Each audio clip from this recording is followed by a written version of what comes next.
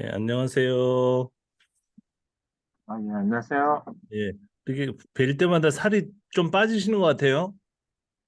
지금 육자 보려고 노력하고 있어요. 그래서 1kg 넘었습니다. 너무 부러워서요, 제가. 아이고, 참. 자, 그러면은 일단 시간이 됐으니까, 네, 하여간, 예, 이거를 띄워놓고 있습니다. 네. 오늘은 그, 뭐지? 똥, 그 다음에 기름, 그 다음 11조에 대해서 이렇게 한번 네, 다뤄보려고 하는데, 하여간 여러분들이 그 열심히 그 언급을 해주시고 뭐예요? 연구를 해주시기 때문에 뭐 저도 같이 공부를 이렇게 어떤 부분은 그 과거에 제가 찾아봤었던 것도 있고 어떤 부분은 이제 새롭게 또 찾아보는 것도 있어가지고 뭐 좋은 것 같습니다.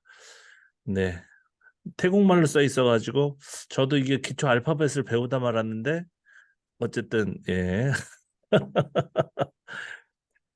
자, 그러면 여러분들이 그 질문하신 거 하고 그다음에 이제 제가 또 추가적으로 찾아본 거하고 같이 해가지고 진행을 하도록 하겠습니다.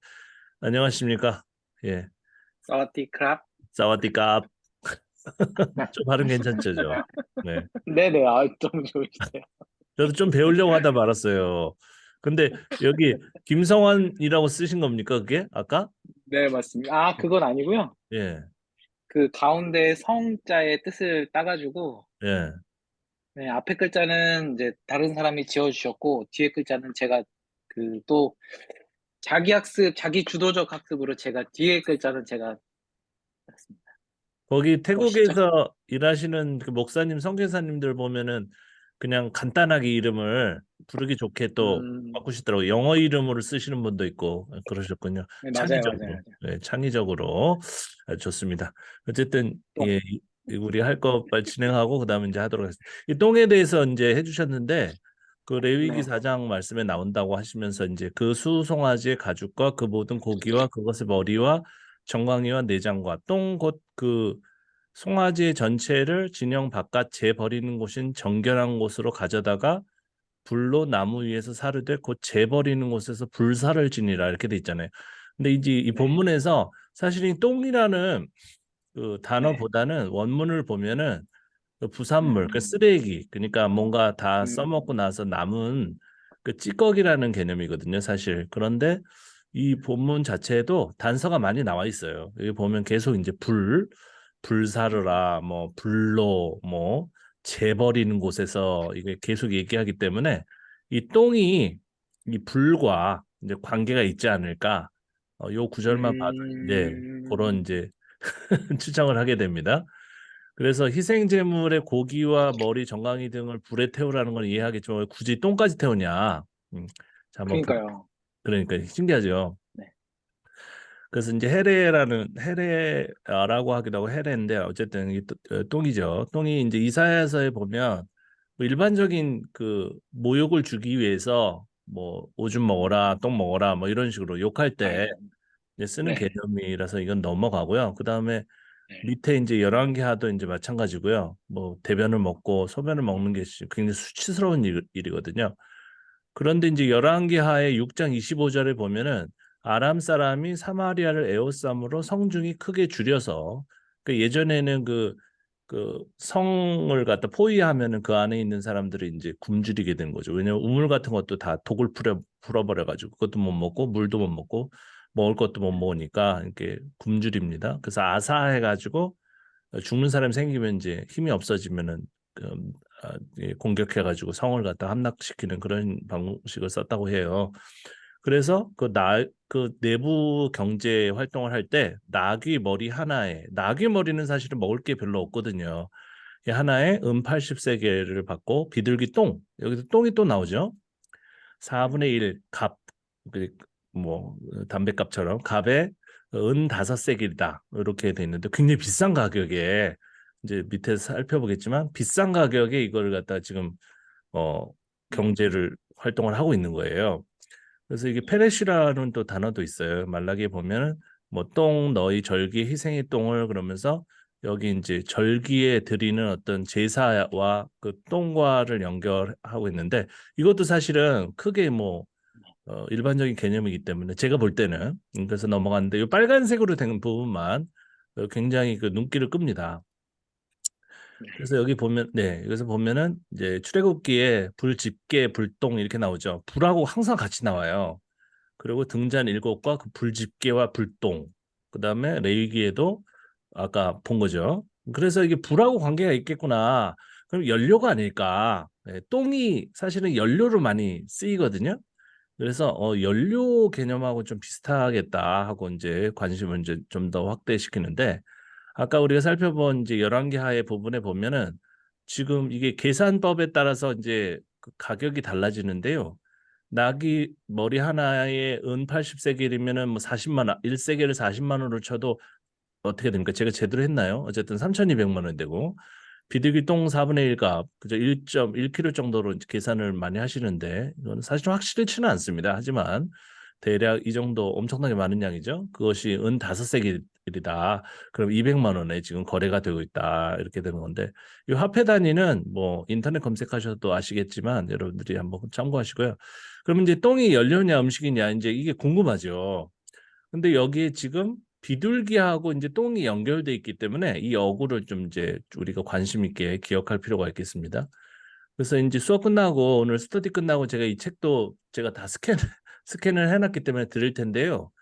여기 보면 Ancient Mesopotamia 해가지고 메소포타미아 이제 고대의 생활상에 대해서 데일리 라이프에 대해서 많이 자세히 저도 굉장히 재밌게 본 그 과거에 이제 책인데 여기 보면 제가 하이라이팅을 해놨는데 똥케이크라고 이런 표현이 나와요. 밑에 이제 파파고 번역은 정확하진 않는데 이제 똥으로 만든 연료원들을 사용하여 지속적으로 갱신되는 원형 연료 더미를 형성하는 방식. 이게 뭐냐면 이제 그 똥을 갖다 굳혀가지고 그걸 이제 연소시키는 무슨 뭐 연탄처럼 그렇게 태우는 용도로 이제 사용했다는 것을 이 책에서 얘기를 하고 있어요. 그래서 이제 지금도 사실은 인도 같은 데 가보면 뭐 이런 데 있고 몽골에서도 뭐 쓴다고 하고 그러잖아요. 그래서 이 배설물 케이크 이제 이렇게 있는데 굳혀가지고 이제 사용을 하는 거거든요. 소똥 케이크 같은 거. 근데 비둘기 똥은 뭐냐? 또 굉장히 궁금해지죠. 그래서 저는 이번 기회에 굉장히 많이 찾아봤어요. 그래서 질문을 잘 올려주셨다 그런 생각을 하는데 하여간 이 똥 케이크 그 아마존 같은 데서 검색해봐도 많이 나와요. 이렇게 나오는데 밑에 딱 보니까 카우동 케이크스 해가지고 for religious purpose 종교적인 목적에서 이거를 사용한다. 그죠? 먹지 마세요. 여기 밑에 써놨죠, 그죠? 그래서 그 이슬람교나 뭐 힌두교죠, 힌두교 주로 그 소를 갖다 신성시하는 그 나라에서는 어쨌든 힌두교죠, 이슬람교가 아니라 그런 데서는 막 소똥으로 갖다가 막 이렇게 축제도 하고 사람들한테 던지고 막 더러운 줄도 모르고 막 그러잖아요. 뭐 소 오줌으로 막 얼굴에 비비고 막 목욕하고 그러잖아요. 그런 개념으로 해가지고 이렇게 똥도 사실은 여러 가지 그 뭐 더럽다 그런 개념만 있는 게 아니라 뭐 그 연탄처럼 사용하고 그다음에 뭐 종교적인 이유로도 사용하고 그 용도가 굉장히 많다고 하는 것을 우리가 알 수가 있습니다. 그래서 비둘기 똥은 지금 굉장히 싫어하죠, 사람들이.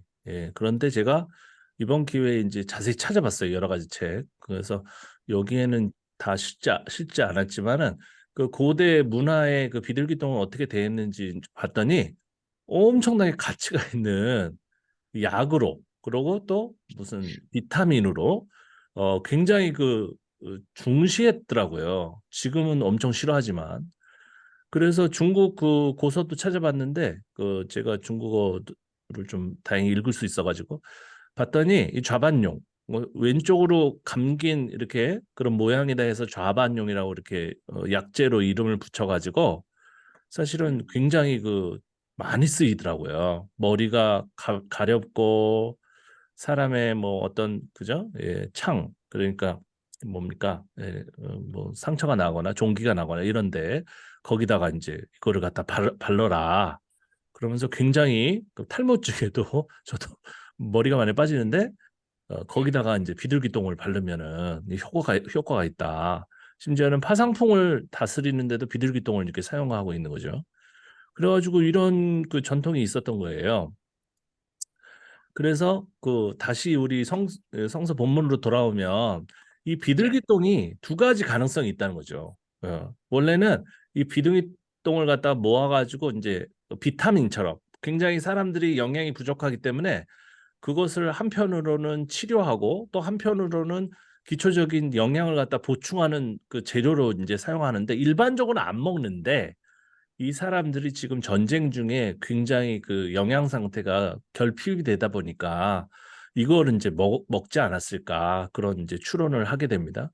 그런데 가격이 너무 비싼 것은 당연히 이제 지금 전쟁 상태이기 때문에 이런 것들 이것조차도 이제 구하기가 어려우니까 가격이 이제 천정부지로 계속 올라가고 있다고 우리가 이제 결론을 정리를 좀 하면 좋을 것 같아요.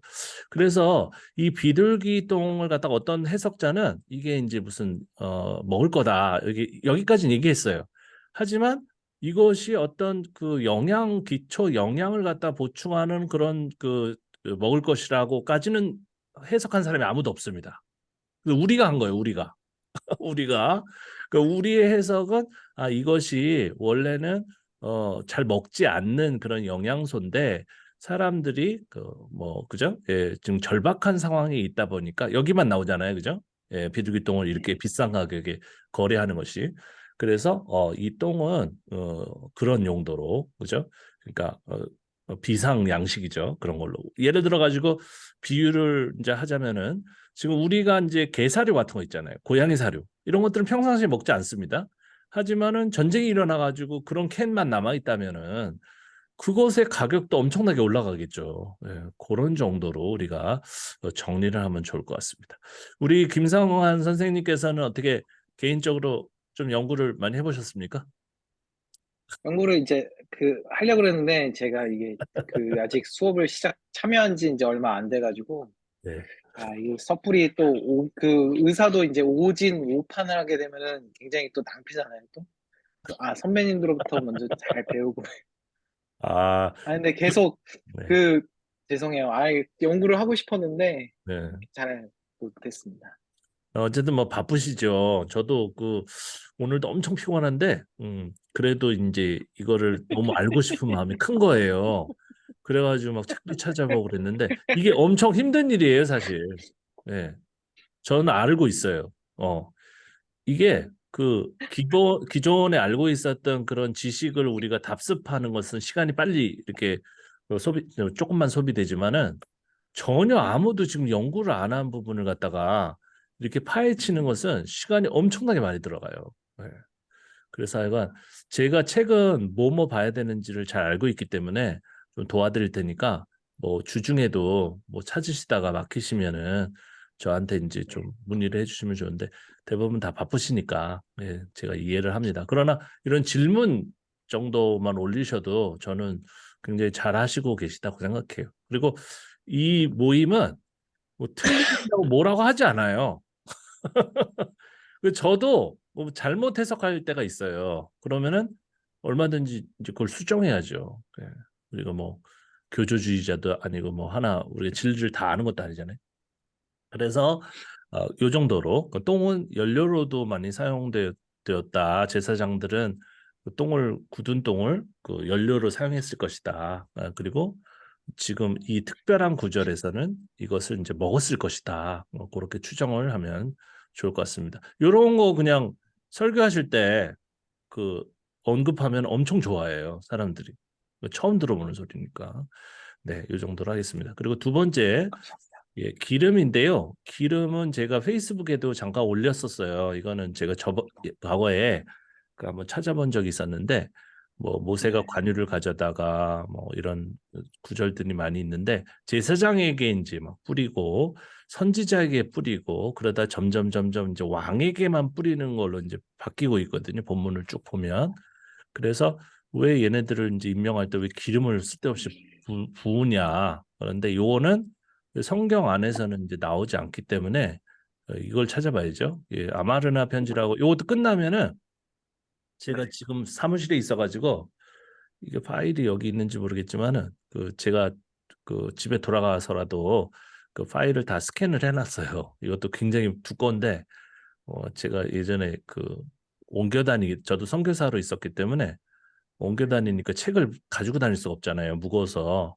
그래서 다 잘라가지고 제가 그 스캐너 막 비쌀 때 지금이야 뭐 10만 원이면 사지만은 옛날에 막 300만 원씩 할 때 그 사가지고 막 예, 그 스캔했거든요. 스캔해서 놓은 게 엄청 많으니까 그것도 드릴게요. 근데 이게 기원전 1300년도 그 믿을 만한 겁니다. 이거는.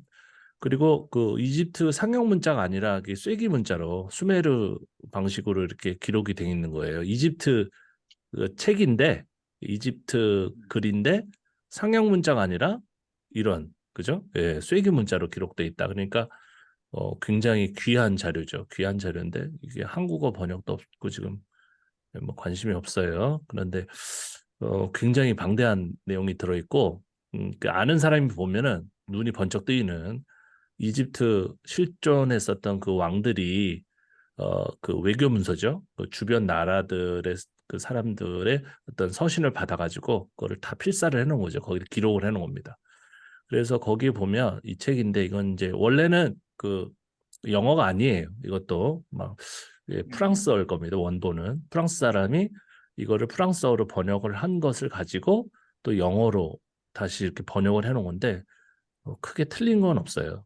그런데 여기 이제 영어 지금 그 해놓은 것도 보시면 중간중간 없죠. 그러니까 이제 훼손되거나 이게 지금 옆에 돌도 보시면은 잘려 있거나 그러면 모르는 거예요. 그런 부분들은 솔직하게 모른다 그러는데 분명히 이제 요 제가 하이라이팅한 부분에 보면은 이집트 왕의 선조인 이집트 왕, 그제가 선조 왕인 마나흐피아가 누하세에서 나의 선조인 타쿠를 왕으로 삼았을 때 그는 그의 머리에 기름을 바르고 다음과 같이 말했다. 그러면 기름을 발랐다는 최초의 기록인 거예요. 이게 기원전 1300년도에. 그러면 누가 또 딴지를 겁니다. 그러면 다윗 왕하고 거의 같은 시대 아니냐.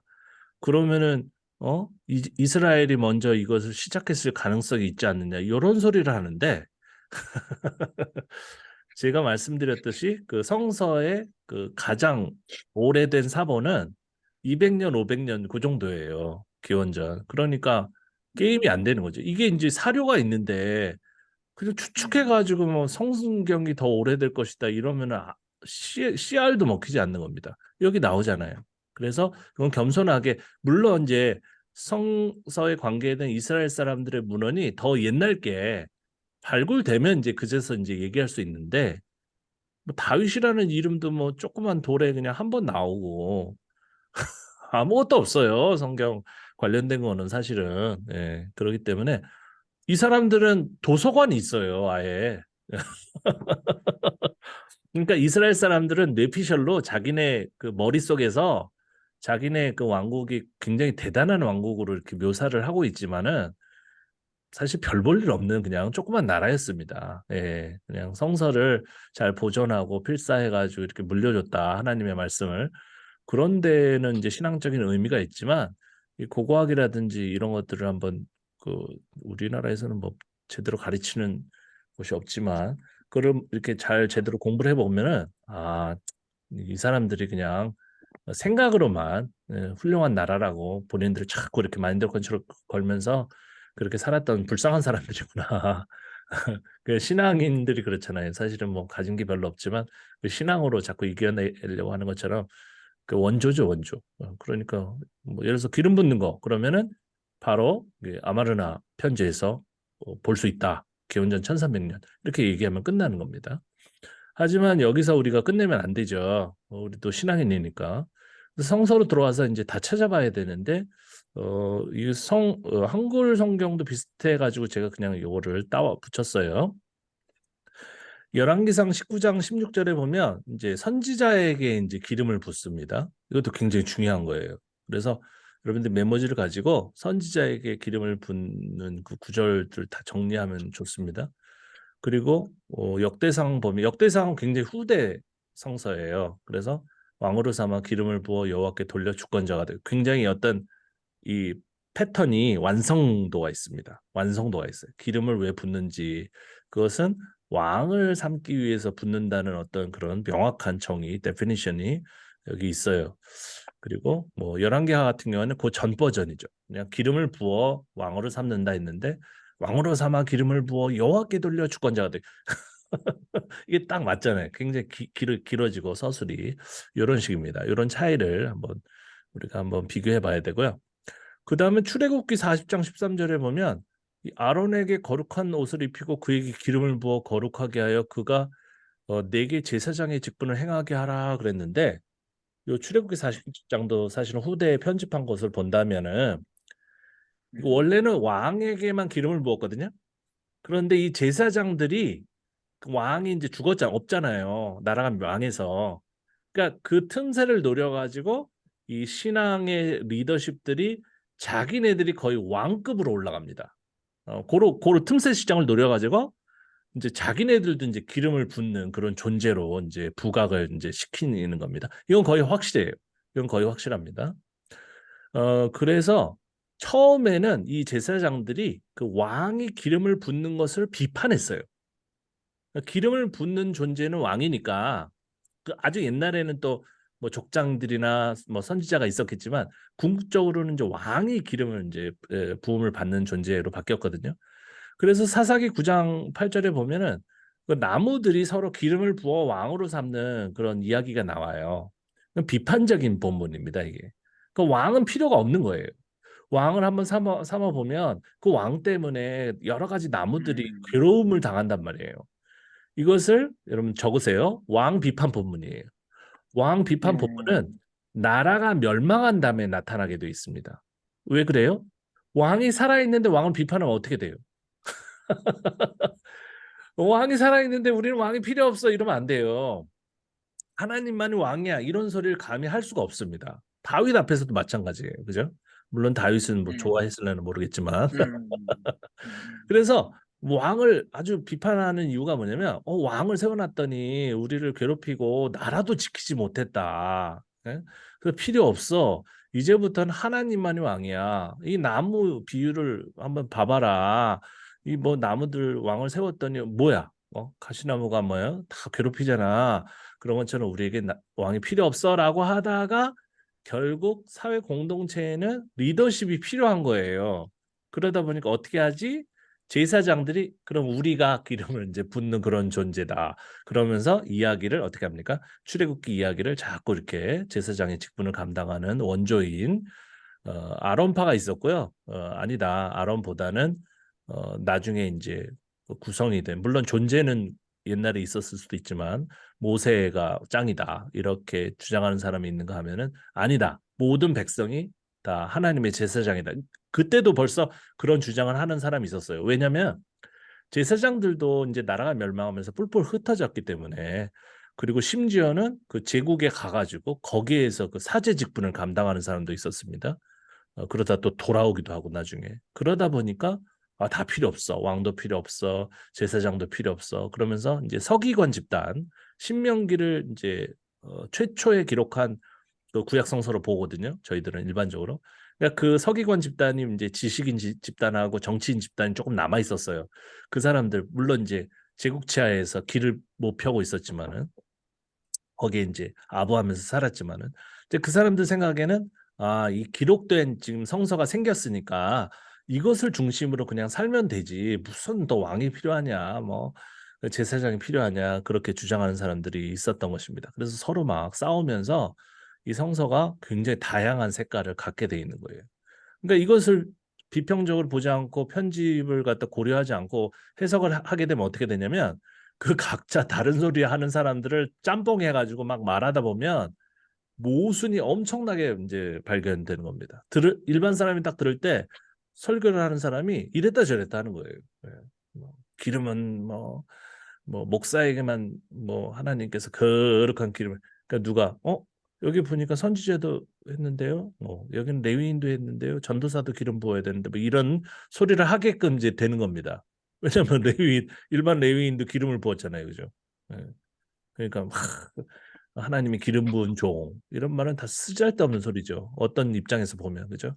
기름은 그냥 아무나 중요한 사람에게 이렇게 그냥 부어줬던 거예요. 물론 이제 그 이집트 문화를 보면 왕이 사실은 전통적으로 이제 기름을 이제 부었던 그런 사람이지만 그래서 여기 보면 출애굽기 29장 네, 36절이 나오는데 매일 수송아지 하나로 속죄하기 위해서 속죄제를 드리며 또 제단을 위해 속죄하여 깨끗하게 하고 그것에 기름을 부어 거룩하게 하라. 이 개념도 새로운 개념입니다. 그러니까 처음에 왕이 정치 지도자로 있을 때 기름을 부을 때는 자, 이 기름을 부으니까 당신은 깨끗한 왕이 되세요. 누가 감히 그런 소리를 합니까? 이걸 주고 당신은 특별한 사람이에요. 그죠? 우리하고 달라요라는 말은 할 수 있지만 자, 깨끗한 삶을 사세요. 그렇게 말 못 하잖아요. 그러니까 이 본문도 뭔가 지금 왕정 시대에 나올 수 없는 그런 내용이에요. 그러니까 뭔가 이제 왕이 필요 없다고 하다가 이제 왕을 다시 세우고 싶은 마음이 생긴 거예요. 이 사람들이 조금씩. 그러면서 왕을 기름 부어 가지고 이렇게 세울 때 새로운 왕, 다윗의 후손, 스룹바벨 같은 사람, 그죠? 그런 왕 후보자가 이제 나타납니다. 그 사람에게 기름을 딱 부으면서 과거의 왕처럼 하지 마시고 제대로 하세요. 아시겠죠? 그러니까 개척교회 목사님이 처음부터 이제 목사 직분을 이제 감당해가지고 한 교회를 이끌 때는 아무리 장로님이고 안수 집사님이고 그 담임 목사님한테 똑바로 하세요라고 하기가 어려워요. 왜냐하면 설립자니까 나이도 많이 먹었단 말이에요. 그분이 막 세습해도 뭐라고 못해요. 왜? 장로님도 처음 그 교회 전도를 받아가지고 그 목사님을 통해 가지고 세례를 받고 그렇게 생활을 했잖아요. 함부로 얘기를 못합니다. 하지만 어떻게 해요? 청빙되어 온 목사님, 그죠? 젊은 목사님 청빙되어 가지고 딱 오잖아요. 그럼 장로님이 불러가지고 얘기합니다. 목사님 똑바로 하세요. 딱 그 얘기예요. 그러니까 깨끗하게 하라는 거죠. 이 기름을 부어가지고 깨끗한 왕이 되게 이렇게 하자. 그러면 딱 우리가 알 수가 있는 거예요. 이 본문이 후대의 본문이다. 이런 것을 알 수가 있는 거죠. 아, 그래서 다윗의 후손을 세우려고 하는구나. 깨끗하게 만들어가지고 이제는 우리가 이 깨끗한 신앙으로 나갈 때 나라가 망했잖아요, 지금. 그 망한 나라가 이제 회복될 수 있을 것이다. 이렇게 기대를 하고 있는 것입니다. 자, 그리고 여기 하이라이트 한 부분만 다른 부분도 여러분 저는 다 봤는데요. 여러분들은 또 찾아서 보세요. 시편 45편 7절. 저는 이제 시편 전공을 제일 많이 했기 때문에 왕은 정의를 사랑하고 악을 미워하시나니 그러므로 하나님 곧 왕의 하나님이 즐거움의 기름을 왕에게 부어 왕의 동료보다 뛰어나게 하셨나이다. 이 구절도 자세히 보세요. 시편이 언제 쓰였는지 우리가 알 수 있습니다. 왕은 훈계하는 거예요. 왕에게. 왕은 정의를 사랑해야 돼. 악을 미워해야 돼. 그죠? 그래야 하나님이 즐거워서 이제 기름을 부어주는 거예요. 그러고 나서 왕이 지금 청빙된 목사처럼 별 볼 일이 없어. 뭐 왜 쟤만 기름 부어 나도 기름 부어줘. 그럼 나도 왕 될 수 있겠네. 막 같이 맞짱 뜨려고 옆에서 그렇게 한단 말이에요. 아니야. 이 사람에게만 기름을 딱 부으면은 이 사람이 뛰어난 사람인 거야. 이렇게. 그죠? 그러니까 시대가 딱 들어와요. 이렇게. 계속 보다 보면 시편 45편 7절은 그 귀환기 이후에 그 고향으로 돌아와서 새로운 왕을 세울 때 쓰인 성경 구절이구나. 그것을 알 수 있게 됩니다. 계속 하다 보면 계속 성경 말씀을 이렇게 시대와 시대 배경과 그다음에 누가 썼을까, 왜 썼을까 그런 것들을 고민하다 보면은 그 구절에 다 단서가 있어요. 처음부터는 그게 어렵지만은 제가 잘났다고 그러는 게 아니라 계속 시간을 많이 들여야 돼요. 그래서 이건 언제일까? 어떤 때는 보면은 7절은 포로 후기예요. 근데 6절은 왕정 시대 뭐 이런 경우도 있어요. 막 복잡하게 막 편집이 돼 있습니다. 그래서 편집이 뭐 안 됐다 이렇게 하시는 분들은 뭔 소리 하지? 성경을 제대로 안 읽었구나. 그런 생각밖에 안 됩니다. 자, 그다음에 열왕기상 1장 45절을 보면은 여기도 자세히 읽어야 돼요. 성경은 항상 제사장 사독과 이 사독이 멜기세덱의 사독이에요. 의란 뜻이 의. 그러니까 체데크인데 원래는 사독이 요 이름 자체도 냄새가 풀풀 납니다. 이 사람이. 이 사람의 세력이 멜기세덱이라는 이름을 만들었을 가능성이 높아요. 멜렉이 왕이거든요. 그러니까 제사장의 개념 앞에다가 왕을 붙여버린 거예요. 그러니까 자기네들이 거의 왕의 어떤 그런 능력, 그런 권한을 가지려고 지금 했던 거예요. 이 사독은 외국인입니다. 게다가 사독은 원래 이스라엘 사람이 아니에요. 잘 보시면 기본적인 어떤 성경의 내용에 나오는 건데, 그러니까 이게 외국인이 여기 제사장 집단에 들어가려면은 제국을 한번 갔다 와야 돼요. 예, 그렇습니다. 어쨌든 기온에서 기름을 부어 왕으로 삼고 무리가 그곳에 올라오면 즐거워함으로 성읍이 진동하였나니 당신들에게 들린 소리가 이것이라. 자, 아직까지는 기름 부음과 기적이 같이 나옵니다. 기적. 그러니까 성서가 아직 기록이 안 된 상황이에요. 그러니까 제국으로 끌려가 가지고 거기서 페르시아에서 이제 좀 너 돌아갈래? 너희들 돌아가려고 하면은 내가 돈도 주고 거기 가서 재건할 수 있도록 뭐 그 일할 수 있는 사람도 같이 딸려 보내줄게라고 이제 고레스가 굉장히 그 선정을 하잖아요. 그때를 배경으로 하되 성서가 아직 기록이 안 된 거예요. 왜냐하면 성서가 기록되기 전에는 기적이 엄청나게 많이 나옵니다. 하나님이 역사하는 증거로 기적을 계속 얘기해요. 예, 여기 밑에도 보시면 사사기 9장 15절에 보면 참으로 내게 기름을 부어 너희 위에 왕으로 삼을래? 와서 내 그늘에 피하라. 그리야 아니하면 불이 뭐 그러면서 여기서 내게 기름을 부어 아니하면 불이 가시나무에 나와서 레바논의 백향목을 사를 것이다. 뭐 불 같은 거 확 타는 거 이런 거 좋아하거든요. 원래 말씀 없는 사람들은. 성서를 안 보는 사람들은 기적밖에 없어요. 예. 꿈 같은 거 이런 거. 그게 없으면 어떻게 믿습니까? 아무것도 없고 맹숭맹숭하기 때문에 이게 또 필요합니다. 어떤 때는. 그런데 역대상 보세요. 거의 후기에 이제 기록된 성서에 보면 쭉 헤브론에서 다윗이 그들과 여호와 앞에 언약을 맺으며 그들이 다윗에게 기름을 부어 이스라엘의 왕으로 삼으니 없어요 아무것도. 여호와께서 사무엘을 통하여 전하신 나발을 말씀대로 되었더라. 요게 이제 성서가 기록될 초기의 개념이에요. 그러다 토라가 나옵니다. 다바르는 말씀은 말씀인데 그냥 things 어떤 일이라는 뜻도 있어요. 그러니까 하나님께서 하신 말, 하나님께서 베푸신 기적 그게 다 같이 포함되는 개념이 이 말씀이거든요. 근데 나중에 토라로 딱 바뀌어 버리면은 그걸 어기면 안 되는 그냥 명문화된 성서가 완전 이제 집다성됩니다. 물론 이제 그 앞에 5경이지만은 주로 내용은 나머지 뭐 선지서 이런 것들은 나중에 이제 붙어가지고 정경에 들어온 거죠. 그러니까 말씀이 뭐 기록됐다, 뭐 필사했다, 뭐 말씀 쪼가리가 어디서 발견됐다, 그게 나와버리면은 이 기름 부음이 나오더라도 그 하나님 말씀대로 그러니까 됐다 이렇게 돼버리면 아무도 얘기를 못하는 거예요. 예. 그러니까 이 사람들이 이제 근거로 삼은 게 아마도 그 다윗의 왕가의 그 역사가 먼저 이제 집대성 돼가지고 기록화가 된 것 같습니다. 처음에는 왜 다윗만 왕으로 세워야 돼? 예. 저 사람도 좋은데 히스기야도 좋은데 누구도 좋은데 그죠? 예. 뭐 여로보암도 좋은데 막 이런 식으로 막 서로 막 그 왕 후보자들을 천거했단 말이에요. 왜 왕을 갖다 이렇게 천거를 했냐면은 그들의 후손 중에서 한 사람을 뽑으려고 그랬던 거예요. 그래가지고 막 다윗을 욕하는 이야기도 있잖아요. 왜? 자기네들은 다윗의 후손이 왕이 되는 거 원하지 않거든. 그러니까 바세바 얘기 같은 것들을 막 집어넣는 거예요. 거기다가. 다윗이 나쁘다고. 근데 비교해 보니까 다른 악한 왕보다는 다윗이 그래도 나. 그러니까 그 다음부터는 어떻게 됩니까? 다윗 상승 이야기라고 하는데 상승사화라고 합니다. 전문 용어로는 다윗에다가 버프를 먹이는 거예요. 다윗의 좋은 얘기는 막 잔뜩 집어넣잖아요. 거기다.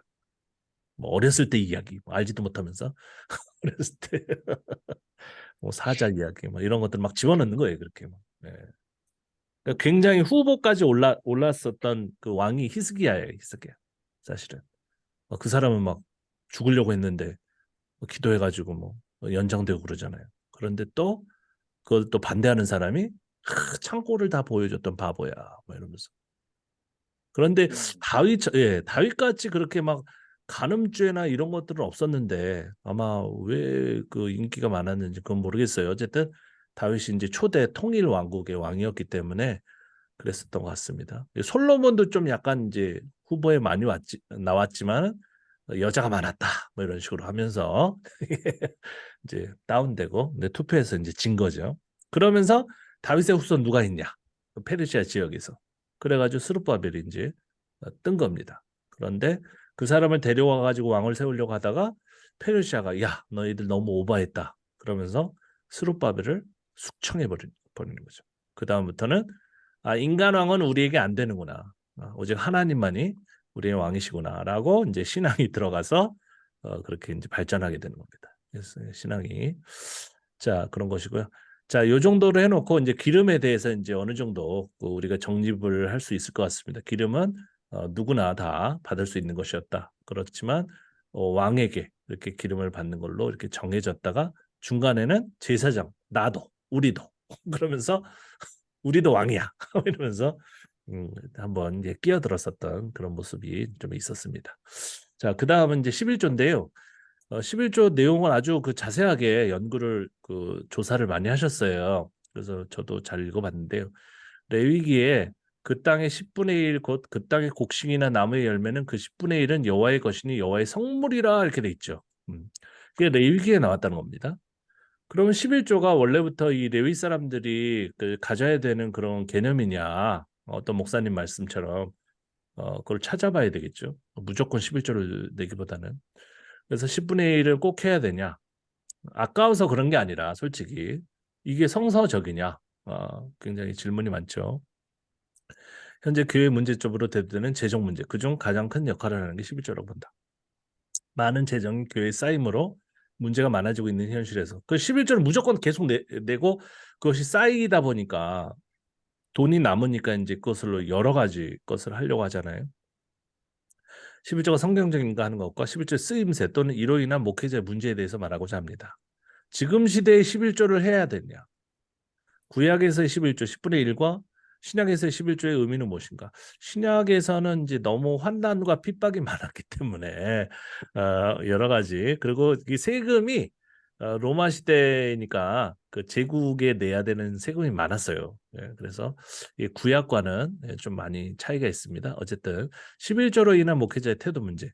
하나님을 위해 11조를 하라는 것은 성경 어디에도 없다. 약간 비슷한 건 있어요. 그런데 이제 그것을 쓴 사람은 제사장입니다. 제사장이고, 즉 하나님보다는 인간을 위해 11조를 하라는 경우가 많다. 인간이 하나님께 대한 그러니까 이게 헷갈리는 거죠. 우리가 성서를 갖다가 분석을 안 하고 그냥 배우게 되면은 여기서는 이 말하고 저기서는 저 말하기 때문에 헷갈리는 거예요. 저 목사님은 저 말하고 이 목사님이 말하고. 인간의 하나님께 대한 태도를 보여주는 방법 중 하나가 11조라 보면 맞을 것 같은데 꼭 그렇지만도 아닐 것 같다. 이게 바로 우리가 가지고 있는 혼란스러움이죠. 부족한 인간의 필요를 채우기 위해 성경의 기자는 기록을 했다고 보는 구절도 나오고 또 성전을 관리하는 사람들에게 주라는 구절도 나오고 도대체 뭐냐? 왜 이렇게 다양하냐? 그리고 11조를 성전 봉사자가 아닌 고아와 과부를 위해서 쓰라고 나온 경우도 있는데 요 구절이 되게 중요한 거죠. 그래서 요거를 가지고 나는 11조 하지 않겠다. 그냥 가난한 아이들 그리고 아프리카 아이들 돕는 데 쓰겠다라고 하시는 분도 많이 있어요. 근데 그렇게 교회에다 11조를 안 내고 나눔을 하면서도 그게 정말로 성경의 어떤 그런 내용인지는 몰라요. 그래서 갑자기 어려운 일이 생기고 경제적으로 그리고 하필 그때 담임 목사가 11조 안 했지. 딱 찔러버리면은 또 하게 됩니다. 신자들이 약해요. 그래서 성경의 여러 구절을 보면 11조가 당연히 해야 되는 형식의 것으로 여겨지기 쉬우나 그로 인한 문제점도 많이 생긴 이 시대에 11조를 강요하면 안 된다. 예, 좋은 말씀입니다. 구약에서의 11조는 기록자의 의도가 많이 포함된 부분도 있고 또 형식을 갖추기 위한 하나의 의무감 정도로 보여지는 경우도 있다. 그렇죠. 원래는 의무가 아니었는데 의무가 된 것 같습니다. 신약에서도 예수가 11조에 대한 형식과 태도를 지적한 부분도 나오기에 어떤 의미로 본다면 11조는 인간의 태도에 관한 이야기가 아닐까 생각합니다. 그러니까 이 해석을 제대로 하는 사람이 없으니까 그냥 우리가 판단할 수밖에 없어요. 그냥 하는 거예요. 어떤 데를 하다가 그러다가 저 목사님이 의지차를 바꿨네. 이제 하지 말아야지. 이랬다가 또 이제 경제가 좀 어려움 한번 해볼까. 이제 왔다 갔다. 그럴 수밖에 없죠. 교회를 유지하기 위해 교회 유지를 위해서는 내야 될 것 같기도 한데 목회자의 생활을 위해 쓰여지는 것은 꼭 필요하다고 봅니다. 그렇지만 분에 넘치는 사용은 금해야 되는 원칙도 정해졌으면 좋겠다. 예, 그러니까 근본주의적인 성서 해석으로는 그런 원칙을 만들 수가 없어요. 예, 뭐가 뭔지 어떤 내용인지 알 수 없는 상황에서 해라 하는 것과 뭐 하지 말라 하는 것 같은 구절이 막 상충되는데 그죠? 예. 그것에 대한 어떤 정리가 안 돼 있기 때문에요.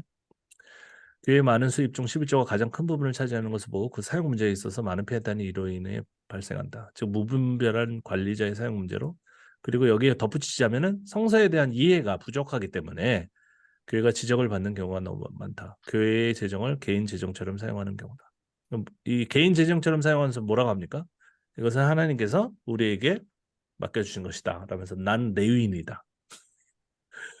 그렇게 막 뻥을 치죠. 대부분 목회자의 문제이기에 이 부분을 제도화시키는 작업이 꼭 필요하다고 여겨지고 그래서 목회자의 유혹을 해결하는 기회가 될 것이라고 여겨집니다. 그렇죠. 이게 돈을 관리를 하면 안 돼요. 제가 지금 요즘 굉장히 그 긍정적으로 보고 다니는 교회는 제가 또 알아봤어요. 알아봤더니 목사님이 그 이 돈하고 분리가 돼 있더라고요.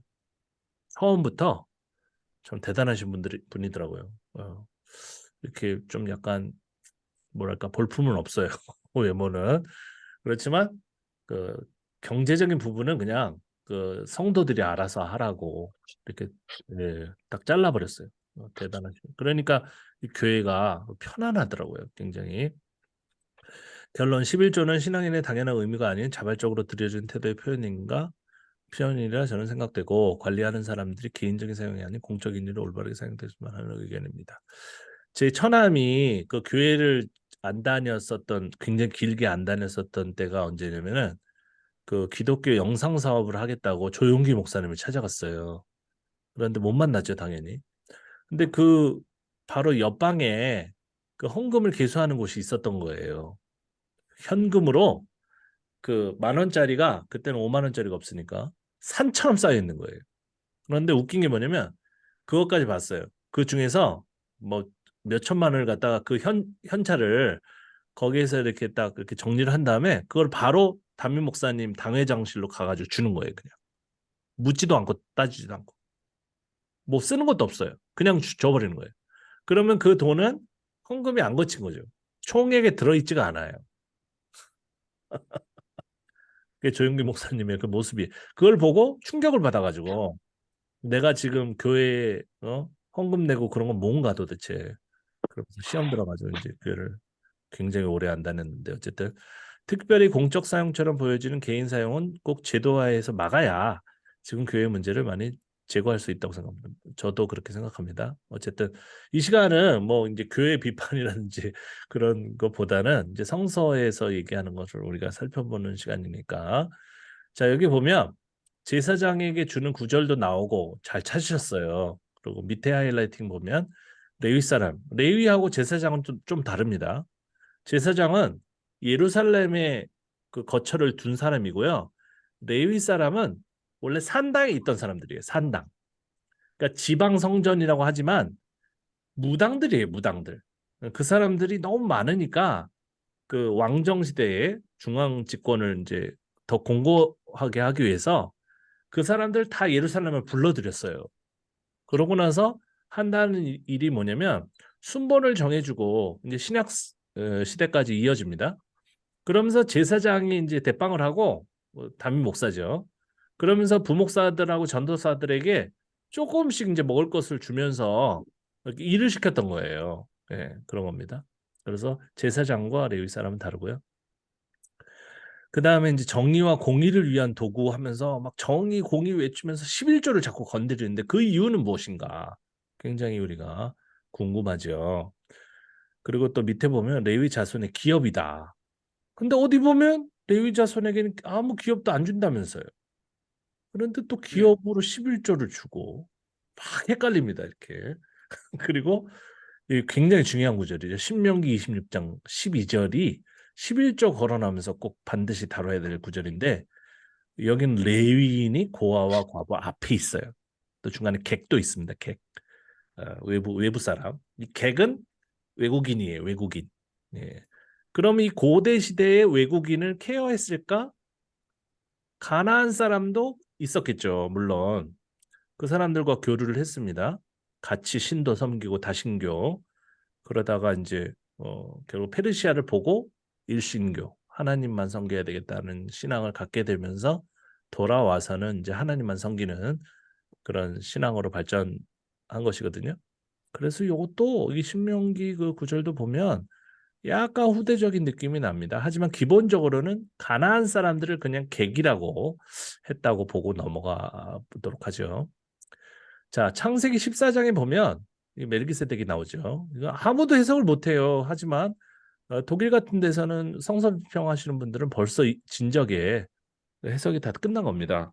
독일 책이 번역이 안 돼 있어가지고 다 모르지만 아브라함이 나오죠. 아브라함이 이 살렘 평화예요. 어느 나라인지 알 수가 없습니다. 살렘 왕 멜기세덱이 떡과 포도주를 가지고 나왔어요. 그는 지극히 높으신 뭐라고요? 하나님의 제사장. 하나님의 제사. 누가 이걸 썼겠습니까? 제사장이 썼. 제사장. 그러니까 자기네들의 어떤 모델을 하나 만들어 놓은 건데 근데 이 채덱이 누구예요? 외국인 출신의 그 대빵 목사님 이름이에요. 아부를 떠는 거죠. 그 목사님 이름에다가 앞에 왕을 붙였어요. 조용기 앞에다가 왕 조용기 이렇게 붙인 거예요. 한마디로. 왜 이런 이야기를 썼습니까? 우리가 이제 11조를 우리가 받아야 되겠어요. 네. 그런데 이거를 갖다 근거가 있어야 되잖아요. 응? 그러니까 원래부터 이런 일이 있었다는 걸 이야기를 문제 구성을 하는 거예요. 이 사람들이. 그러면 창세기 14장 언제 기록이 된 것입니까? 왕이 일단 죽고 왕정 시대는 이유겠죠. 왕이 있을 때 이런 제사장이 어디 감히 그죠? 이런 세금을 지가 걷어 안 됩니다. 그가 아브라함에게 축복하여 이르되, 그러니까 시조도 축복을 하는 거예요. 이 사람들이 얼마나 교만한 사람들입니까? 그러니까 목사가 다 관할하는 거죠. 이 이야기는 냄새가 정말 너무 진하게 나요. 천지의 주제이시여 지극히 높으신 하나님이여 아브라함에게 복을 주옵소서. 지가 뭔데 시조에게 막 복을 내려. 그래서 어떤 교단에서는 그 축도할 때 모든 신자가 같이 손을 올려라. 그렇게 하는 이유가 이런 해석 결과에 따라서 그렇게 하는 겁니다. 누가 지가 뭔데 목사가 우리한테 복을 내려 복을 내리긴 같이 그냥 복을 받기 위해서 기도하면 되죠. 할지어다. 꼴보기 싫죠. 뭐 할지어다. 그냥 축원합니다. 그러면 되지. 그래가지고 장로교가 이렇게 달리 하는 거예요. 통합에서는 자 우리 복 주시기를 축원합니다라고 하고 합동에서는 있을지어다. 그러니까 이게 꼴통이잖아요. 몰라서 그런 거. 몰라서 그렇겠지만 그 교단에서 그렇게 하게 만들어놨어요. 그렇게 안 하면 안 된단 말이에요. 그러니까 성서가 그 성서에 대한 이해가 얼마나 다른지 그걸 알 수가 있고요. 너희 대적을 내 손에 붙이신 지극히 높으신 하나님을 찬송할지로다 하매 아브라함이 그 얻은 것에서 10분의 1을 멜기세덱에게 주었더라. 그죠? 10분의 1을 준 거죠. 이게 세금입니다. 이거는. 이거 10분의 1은 세금이에요. 세금을 아브라함이 줬는데 이때는 세금이 존재하지 않았을 것 같은 그런 시대인데 굉장히 형식에 딱 맞춰가지고 축복을 하고 굉장히 형식적이에요. 기도도 형식적이에요. 저는 이렇게 기도하는 사람을 되게 싫어하는데 천지의 주제시 지극히 높으신 하나님씨 저희 대적을 내서 그리고 지는 왕이야 이름이 왕 제사장 이거 그러면서 그래서 또 줘 또 이 사람에게 갑자기 나타난 사람 어디서 왔는지 알 수도 없는 그러니까 이게 편집 그 구절이에요. 그러니까 위에 아래 상황 뭐 알 수가 없어요. 이 제사장들은 그런 거 신경 안 씁니다. 역사를 별로 신경을 안 써요. 그리고 그냥 여기 필요하면 그냥 본문을 거기다 갖다 끼워 넣어요. 그럼 왜 여기 이 부분이 진짜 그 이게 그 세덱 계열의 체데크 계열의 이제 제사장이 원래 이스라엘 네. 계통의 제사장들이 이제 다 죽어요. 이게 실권한단 말이에요. 뭐 전쟁으로 죽고 그다음에 뭐 모함으로 죽고 또 모함도 해요. 이 사람들이. 그래가지고 이제 실권을 하게 되면 이들이 이제 집권을 딱 한 다음에 그 체덱이라는 역사적인 사람뿐만이 아니라 그 이후에 모든 사람들이 이 체덱 계열의 어떤 그 제사장이 정통이다라고 하면서 이제 일어나요. 근데 보세요. 아론 계열의 제사장, 그 이스라엘 사람들의 제사장이 그 맥이 원래 정통이잖아요. 그러니까 자기네들이 이제 신생 그 집권자니까 뭔가 필요하잖아요. 이야기가. 전설이 필요하단 말이에요. 그러니까 너희들의 시조가 벌써 우리 조상하고 만나가지고 우리 조상의 축복을 받고 그냥 우리 조상한테 돈까지 바쳤어. 이 이야기가 그렇게 된다. 엄청 중요한 겁니다. 네. 그럼 이것을 보고 아 이거 다 뻥이네 그럴 게 아니라 여기에 숨어 있는 인간의 야심을 봐야 되는 거죠. 이 제사장들의 야심을 봐야 되는 거예요. 하나님의 이름으로 그럼 어떤 짓을 할 수 있는지. 네, 질문이 있는데요, 목사님. 네, 네. 네, 그러면 그 갑자기 수업 중간에 죄송합니다. 아 괜찮아요, 괜찮아요. 그러면 근데 이제 그 사실은 이제 저는 이제 이번이 처음이니까 네, 근데 이제 그 목사님 말씀하시고 설명하시는 것이 이해는 되는데 네, 그렇다고 한다면은 이게 아까도 이제 사실은 충격받았는데 그 네, 다윗왕의 그 엄청난 그 무용담과 근데 이제 그거는 이제 팩트까지는 저는 이제 받아들일 이제 용기가 있는데 네, 그렇다고 한다면은 이거를 뭐 디모데후서 3장 15절 하나님의 영감을 받아서 나온 축자 영감서는 아니지만 네. 뭐 어떻게 그 신앙을 잃지 않을 수 있는 것이 저를 보시면 돼요. 어떻게 하시는 거예요? 저는 신앙을 잃기는커녕 신앙이 더 견고해졌거든요. 그런데 그 이유는 뭐냐면 그 말씀 네. 잘하셨어요. 하나님의 영감으로 기록됐다 했잖아요. 그러면 네. 기록된 그 문자에다가 중심을 두지 마시고 하나님의 영감에다가 더 강조를 하면 이 표면적인 문자 안에는 하나님의 뜻이 들어있는 거죠. 그것까지 부인하면은 신앙이 없는 것이니까 그건 부인할 수 없어요. 부인하면 안 됩니다. 제 생각으로는. 그래서 이런 어떤 비평을 하는 사람 중에서 어떤 사람은 이게 다 뻥이었네 그러고 그냥 신앙을 떠나는 사람도 있는데 제가 하고자 하는 그러니까요. 것은 이것을 왜 사람들한테 자꾸 가르치고 알리려고 하냐면 이거를 알면서도 솔직히 팩트를 알면서도 신앙을 유지할 수 있다. 그 이유는 문자에서 벗어나서 그 문자 저변에 들어있는 하나님의 뜻을 발견하면 된다. 저는 그렇게 얘기하고 있어요. 네. 음. 그러니까 너무 이제 우리가 수박 겉핥기식으로 그 수박 껍데기에 너무 연연하고 있었기 때문에 그 껍데기를 딱 벗겨가지고 버려버리면 저희도 따라 죽는 거예요. 그런데 그러지 말고 그 안에 알맹이가 더 중요하잖아요. 그러면 사람은 욕망을 가지고 본문을 이렇게 기록했지만 그럼 하나님은 이 네. 본문을 어떻게 보셨을까? 그리고 이 어떻게 보면 각색된 본문 안에 들어있는 하나님의 뜻은 무엇일까? 표면적으로 말씀하신 하나님 말고 그 안에 들어있는 하나님의 음성은 무엇일까를 귀를 기울여야 되는 거죠. 그러니까 더 그러면 네. 깊이 들어가야 돼요. 네. 예를 들면 이 본문 같은 경우 사실 네. 편집 편집에 대한 이제 그 팩트를 이제 조금 약간 이제 그 거의 99%의 팩트를 이제 말씀해 주셨는데 그러면 이거는 어떻게 그 표면 그 저변에 깔려 있는 그 하나님에 대한 신앙은 혹시 목사님은 혹시 그거를 어떻게 근데 그런 것도 이제 좀 인식을 좀 달리 하셔야 되는 게 모든 구절에 다 하나님의 뜻이 들어있다고 생각하면 안 돼요. 모든 구절에 하나님의 뜻이 들어있는 게 아니에요. 그러니까 전반적으로 그러니까 한 구절 무슨 뭐 단어 중심으로 이 설교하고 뭐 해설하는 것을 저는 싫어하죠. 그러니까 전반적으로 봤을 때 그것이 이제 이쪽 사본과 저쪽 사본이 뭐 차이가 있을 수도 있잖아요. 그러니까 신앙을 그런 그 사본의 차이에 영향을 안 받게끔 만들어야 된단 말이에요. 그래서 뭐 예를 들어서 가룟 유다가 자살한 본문을 통해서 하나님의 은혜를 느끼십니까? 이건 아니잖아요. 그죠?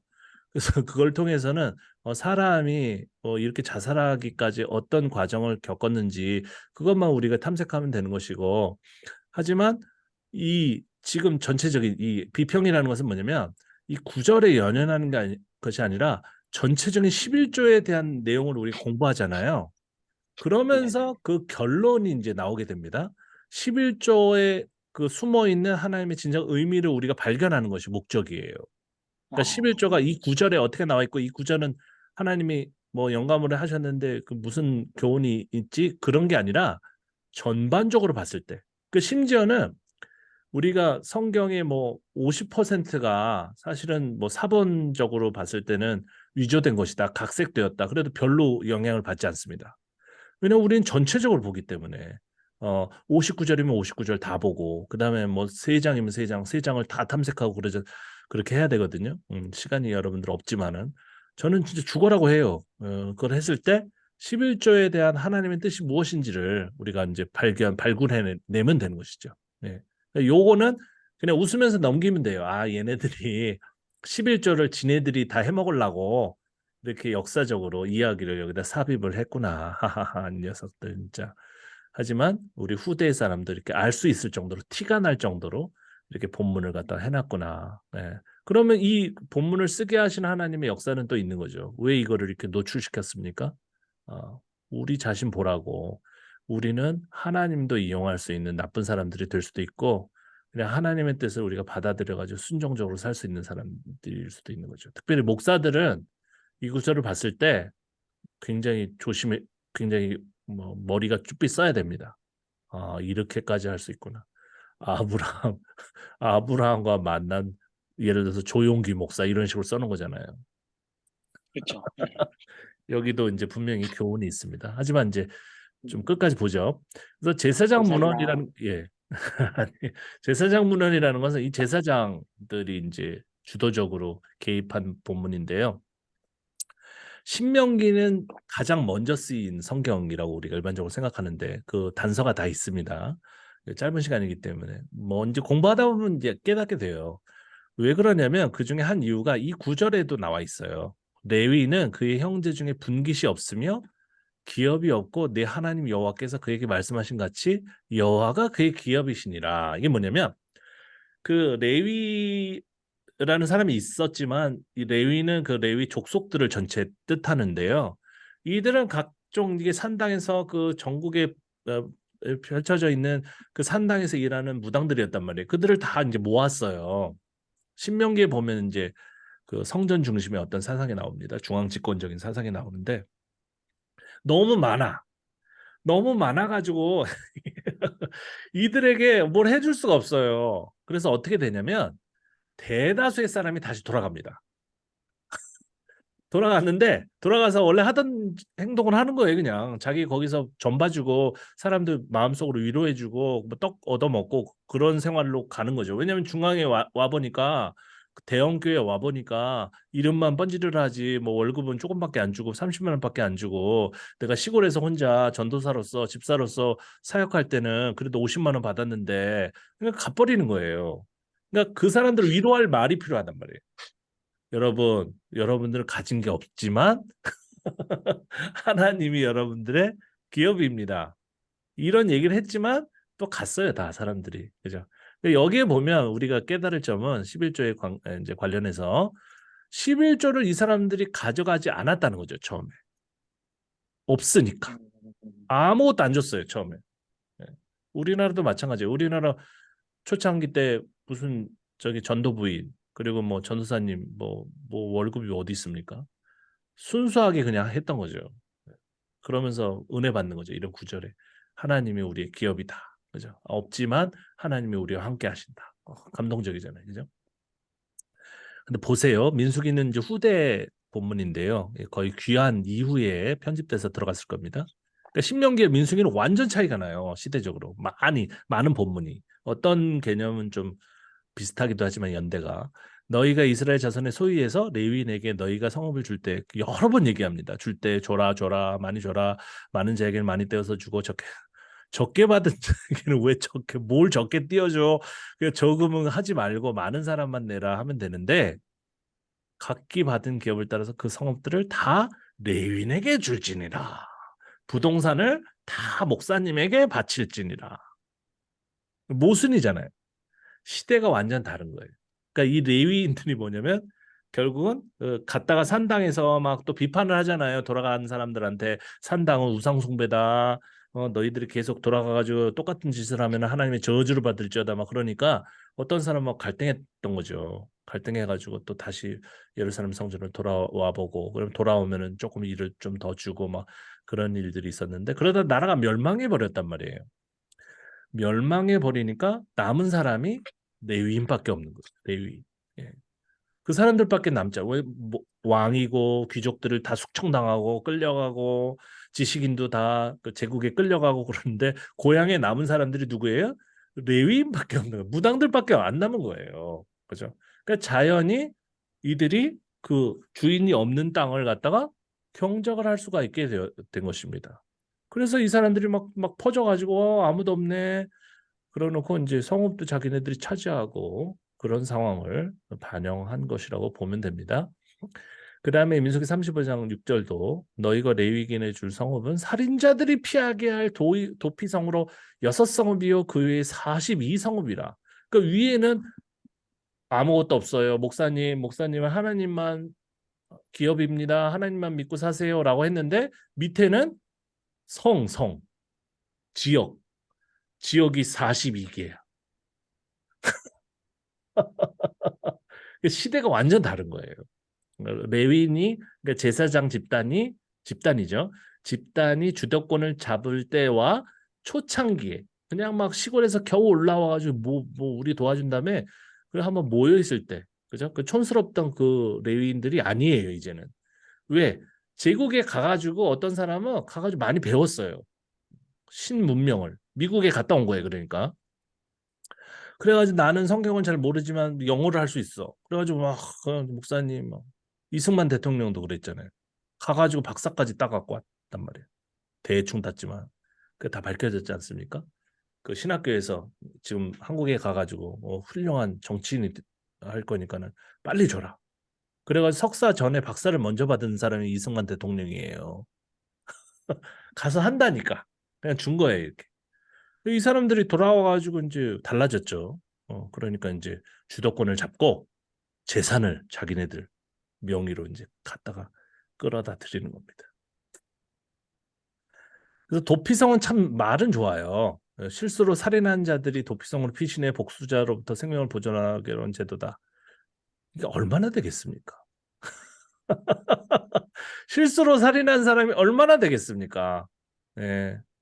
근데 다 있어. 전 지역에 이 사람들이 가난하는 성이 엄청나게 많은 거예요. 수십 개가 되는 거죠. 여기에도 욕망이 들어있는 겁니다, 이 사람들이.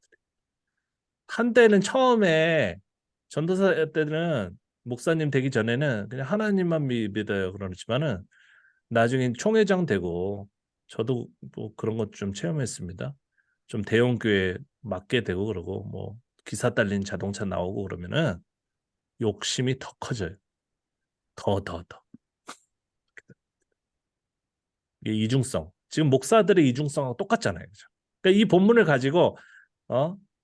하나님의 사람들한테 많이 베푸세요. 그런 얘기를 하면 안 되는 거예요. 지금 이게 잘못된 거잖아요. 지금 뭐 이렇게 많이 필요해요. 그러면 11조의 근원이 뭐냐? 이것도 찾아내야 되죠. 모든 본문 11조에 대해서 언급하는 본문을 다 봐야 되는 겁니다. 그러면 11조의 근원이 혹시 족장시 될까? 창세기 28장을 보는 겁니다. 여기 보니까 야곱이 나오죠. 야곱이 나와서 22절에 혼자서 지가 하나님께서 내게 주신 모든 것에서 10분의 1을 내가 반드시 하나님께 드리겠나이다 하였더라.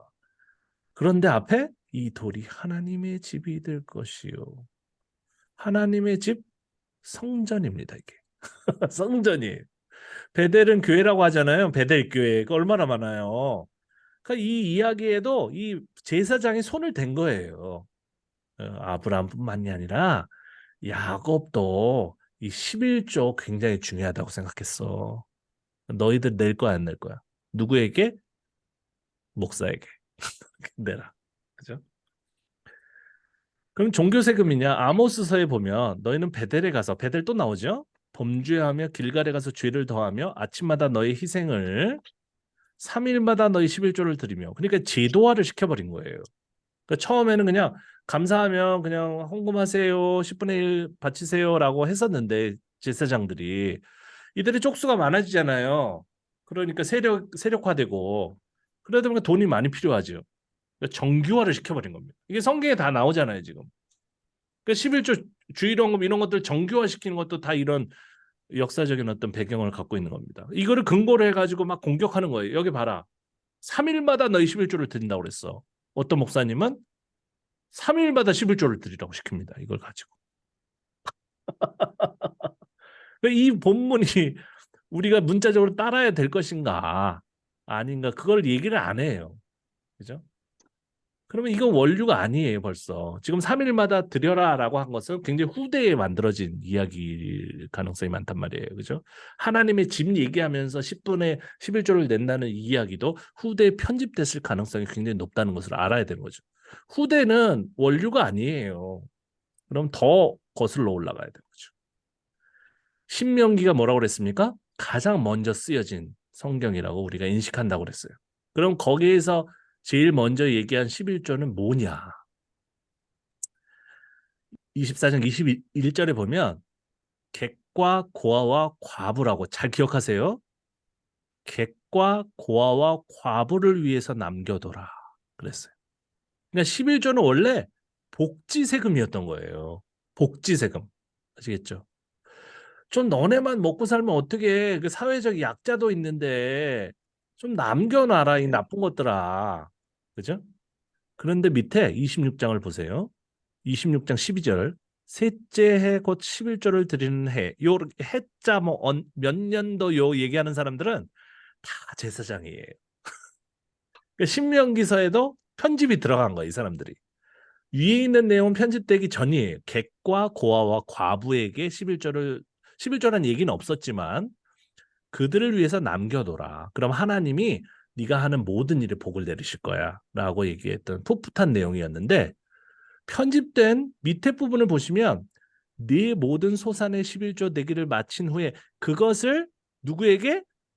레위인과 객과 고아와 과부에게 주어. 대박, 대박. 이런 사람들이에요, 목사가. 고아와 과부, 객 필요 없어. 내가 먼저 받아야 돼. 왜? 내가 저도 중요하니까. 목사입니다. 지 이름을 거기다 딱 집어넣었잖아요. 근데 양심적으로 그 세댁 이렇게 왕초 목사 지 이름 그대로는 못 넣고 그냥 그 무리 통칭 레위 집어넣어 버렸지 않습니까? 그래서 우린 정리를 할 수 있어요. 이게 이제 저는 하나님의 뜻이라고 생각하는 건데요. 사회적 약자를 신경 쓰는 개념으로 이 11조가 시작됐다. 그러다가 레위인에게 주는 걸로 바뀌었고요. 나중에는 하나님께 바치라고 아무리 떠들어봤자 그건 결국은 레위인에게 바치라는 소리입니다. 아시겠죠? 그러니까 그런 설교를 하면은 그냥 안 들어버리면 돼요. 그건 원래 원류가 11조를 모르는 사람이에요. 그죠? 그래서 말라기 3장 10절 많이 얘기하는데 너희의 온전한 11조를 창고에 들여 나의 집에 양식이 있게 하고 왜 양식이 있어야 됩니까? 객과 고아와 과부를 위해서 남겨둬야 된다는 거죠.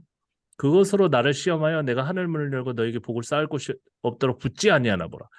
이 사람들은 그냥 교회에 가난한 사람들이 엄청 많은데 그냥 그 사람들한테까지 11조 내라고 막 그냥 목을 졸라요. 11조를 걷었으면은 그 사람들 도와줘야 되는데 찢어지게 가난한데요.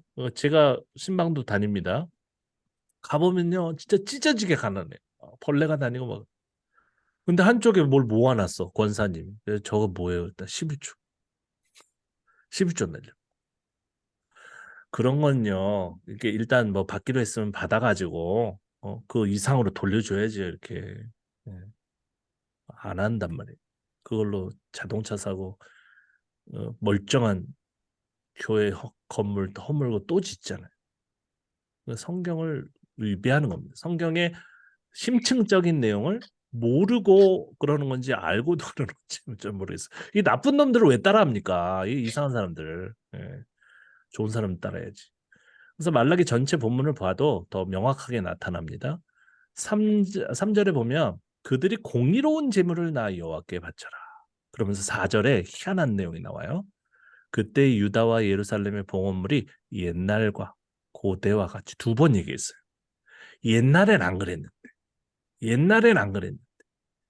지금 목사가 헌금을 다 가져가네? 옛날엔 안 그랬는데. 11조를 혼자 다 처먹네? 그러면서 5절에 뭐가 나옵니까? 과부와 고아를 억누르며 객을 억울하게 하며 11조는 이 사람들한테 써야 되는데 그거를 굉장히 우회적으로 이렇게 돌려까고 있어요. 왜? 이미 제사장들이 엄청난 권력을 행사한 시대란 말이에요, 이게. 그 거기서 함부로 제사장 뭐 너네들 지금 11조의 원래 의미를 모르고 엉뚱한 짓을 하고 있어요라고 얘기하면 어떻게 됩니까? 뭐, 이렇게 뭐 숙청당하는 거죠. 정치적인 권력을 가지고 있으면 그냥 죽여버릴 수도 있어요. 끌어가가지고 뭐 돌로 다 쳐 죽여버린단 말이에요. 그러니까 이 소심한 사람이 뭐라고 합니까? 옛날엔 안 그랬. 옛날엔 안 그랬. 그래도 또 화가 나는 거야. 그러면서 너희들이 이 약자를 갖다가 억울하게 하면서 그죠? 예. 과부와 고아와 이 객을 갖다가 하나님이 돌보라고 했는데 어? 왜 그거를 안 하니? 이 도둑놈들아! 그러면서 팔절을 얘기한 거예요. 그 도둑놈이 누구예요? 11조 안 하는 사람? 그게 아니라 11조 혼자 처먹는 사람이 도둑놈이다. 그래서 니네들 때문에 저주를 받았다. 말라기는 그렇게 얘기를 하고 있는 거죠. 그러니까 너희들 좀 가난한 사람 도와주게 네 입으로 다 쳐넣지 말고 온전한 11조를 창고에 남겨놔라 좀. 자, 이게 보이시죠? 처음에 11조를 어떤 개념으로 사용했습니까? 니네가 다 가져가지 말고 좀 남겨놓는 그 개념으로 창고가 나오는 거거든요. 그래서 나의 집에 양식이 있게 하고 그러면 너희들 전체 사회가 복받는 사회가 되는지 안 되는지 한번 봐라. 어떻게 약자를 보호하고 약자를 위해서 돈을 남겨놓는 사회가 잘 안 되겠습니까? 포퓰리즘 뭐 어쩌고 저쩌고 하는데 가난한 사람들 절대적인 가난한 사람 엄청 많아요. 근데 그 사람들까지 복지가 안 가게끔 잠시만요. 네네 그렇게 되잖아요. 정제해야 됩니까? 어쨌든 계속 가겠습니다. 그 다음에 11절도 보면 참 구구절절 진짜 눈물 나는 그 성경이에요. 만군의 여호와가 이르노라 내가 너희를 위하여 메뚜기를 금하여 너희 토지 소산을 먹어 없애지 못하게 하면 이것도 어떤 내용입니까? 남은 게 어차피 없으니까 아예 미리 메뚜기를 갖다 보내가지고 너희들 먹을 것까지 싹 없애버릴 거야. 하나님이 화가 난 거예요. 여기는 진정 하나님의 울분이 이제 나타나고 있잖아요. 그죠? 너희들 좋아하는 포도가 엄청나게 크단 말이에요. 그때 그 지역에 잘 나오면 그 열매가 기한전에 그러니까 너희들 저주받는다. 그죠? 그러면서 이 시대가 여기 나옵니다. 너희 땅이 아름다워짐으로 모든 이방인들이 너희를 복되다 하리라. 이게 가나안 사람일 수도 있지만 제국을 경험한 다음일 수도 있죠. 너희들이 약자를 보호하고 귀환한 다음에 그렇게 잘하면은 저 페르시아보다도 페르시아가 부러워하는 나라가 될 수도 있어. 그렇게 말을 하고 있는 이 선지자가 말라기. 말라기가 뭡니까? 나의 왕. 제사장 너는 왕이 아니야. 목사 네가 왕이 아니야. 하나님의 왕이야. 말라기가 그런 뜻이잖아요. 목사님한테 이런 얘기하면은 굉장히 안 좋아하겠죠. 그죠? 네. 우리 교회의 왕이 누구예요? 담임 목사님이요. 그래서 신약 성서의 이 저자들은 이런 어떤 그 비평적인 성서 해석을 하고 있죠. 여기 보면 화 있을 의식하는 서기관들과 바리새인들이 너희가 박하와 회양과 근처에 11조는 드리잖아요. 율법에 더 중한 바 정의와 긍휼과 믿음은 버렸다. 그럼 누구를 위한 정의와 긍휼과 믿음입니까? 객과 고아와 과부를 위한 그런 것들은 신경을 안 쓰고 있다. 너희들이 하는 건 좋은데 그런 소리입니다. 이게 별다른 뜻이 아니에요. 니네들이 그거 생명처럼 여기잖아. 그러니까 해 그냥 예배도 생명처럼 여기잖아. 그냥 예배를 드려. 하지만 더 중요한 원료는 여기 있다. 이것을 신경 쓰지 않고 그 예배 드리면 안 된다. 이런 소리고요. 누가복음도 조금 다른 색깔로 말하고 있죠. 11절은 드리되 공의와 하나님께 대한 사랑은 버리는 듯다. 그러니까 여기서 우리가 중요한 걸 깨닫게 돼요. 누가복음 말씀을 통해서 하나님께 대한 사랑은 객과 고아와 과부를 향한 사랑이에요. 그런 사랑이 없으면서 하나님 사랑이에요. 거짓말인 것이죠. 성서적인 관점으로 보면 그게 바로 하나님께서 말씀하시는 이 성경 전체의 저변에 숨어 있는 하나님의 뜻인 겁니다. 그러니까 사회에 어떤 사람이 굶어 죽어가고 있고 막 미국 같은 데는 의료비를 못 내 가지고 막 길거리에다 버려버리잖아요. 그죠? 그런데도 그 의료보험 같은 것도 오바마가 뭐 하려고 했지만은 그런 것도 안 되고, 그죠? 예. 포퓰리즘이 있다고. 가난한 사람 무조건 도와주면 안 된다. 이런 식으로 하는 것이 이제 기독교 나라인가. 예. 우리가 조금 세금을 많이 내더라도 이런 복지 정책 같은 것들을 좀 두텁게 해야 되는데 지금 정권은 그 돈을 줄이고 있다고 그래요. 제가 어떻게 아냐면은 그 가난한 분들을 신방하면 알 수가 있어요. 그분들을 가보면은 분명히 그분들도 이제 지금 대통령을 찍었는데 막 욕하고 있어요. 그래서 왜 욕하세요? 그랬더니 내가 100만 원씩 받았는데 복지 기초 수급 그걸 받았는데 왜 갑자기 이제 50만 원으로 줄어들더라고. 그러면서 굉장히 그 절실한 거거든요, 그게. 그러니까 윤석열 개새끼 그러면서 욕하잖아요, 그죠? 왜 줄여요 그런 걸? 예? 상황은 똑같은데 그분들의 상황은 절박한 상황은 이러면 안 된다. 이러면 이제 이 성서의 어떤 그 11조의 개념과 이제 위배되는 쪽으로 가는 것이다. 이렇게 우리가 새기면 좋을 것 같고 거기에 이제 바로 하나님의 뜻이 있다. 이렇게 생각하면 좋을 것 같습니다. 네, 이상으로 제가 또 혼자서 계속 떠드는 그런 시간을 가졌는데 이제 짧은 시간에 이런 내용을 어떻게 하면 잘 전달할까 하다 보니까 그냥 서투릅니다. 그래서 여러분들 이게 대충 이렇게 살펴봤는데요. 한번 여러분들 보충하실 내용이나 좀 그 느낀 점이 있으면은 좀 말씀을 들어보는 시간을 갖도록 하겠습니다. 하정우 선생님부터. 네, 궁금한 게, 전에 어느 한 분을 만났을 때, 이제 실명으로 말씀드릴게요. 네, 손모 교수님 아시잖아요. 네, 네, 네, 그분이 그런 말씀을 하셨었거든요.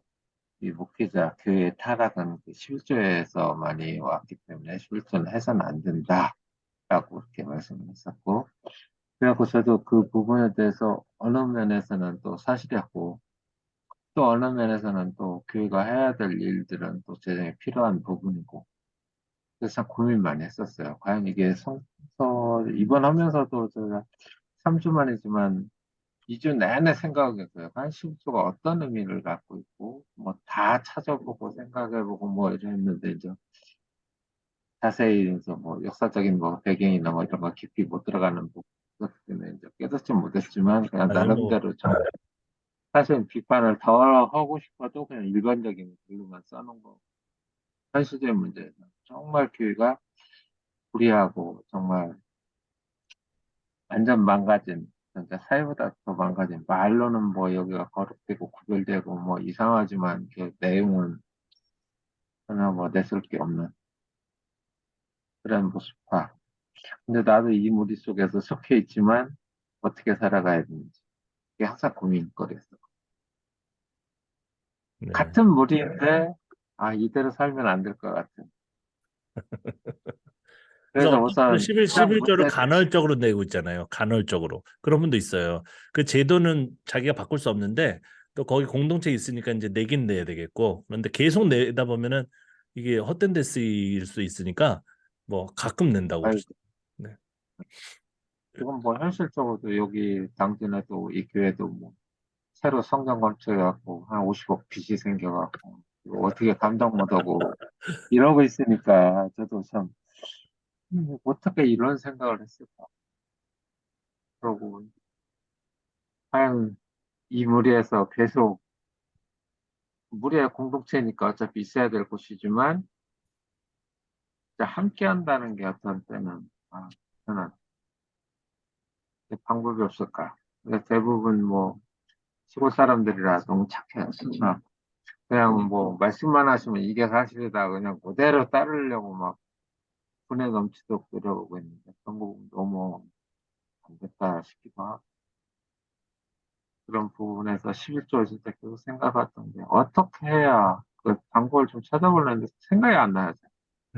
제대로 안 되는 것 같죠. 일단 그 빚이 그렇게 방법을 많으면은 더 열심히 내셔야 되겠네요, 뭐. 예. 그러니까 그게 그렇게 만들어 놓은 당사자는 다른 데로 갔고 대하고 아들을 저쪽으로 보내고 저쪽 아들을 일로 보내고 이렇게 막 바꿔버리는 상황이라 이거 뭐 아이고 어떻게 참. 진짜 알 수도 없어요. 나중에 알고 나니까 설마 그리고 또 제가 찾던 중에 처음에 왔을 때 왜 여기를 찾았냐면 제 기도 중에 YM 주편이 없을까, 이쪽에는. 그걸 기도하고 있는데, 운영 중에, 아이, 그래, 교회 가서라도 기도하지. 하다 보니 갔는데, 또 하필이면 그분이 UTS를 했어요. 아, 그랬는데, 너무 실망해요. 뭘 가르쳤지? YM에서, 저 사람한테. 뭘 배웠지? 저렇게 내 중요한가? 신발을 벗어라. 그래서 정말 저도 힘들어요, 사실. 지지하고, 와이버들을 지지하고, 막 이렇게 도와야 될 그런 부분보다는, 어떻게, 마음이 너무 어려워. 뭘 배웠을까? 자, 와이버 저 사람한테 뭘 가르쳤을까?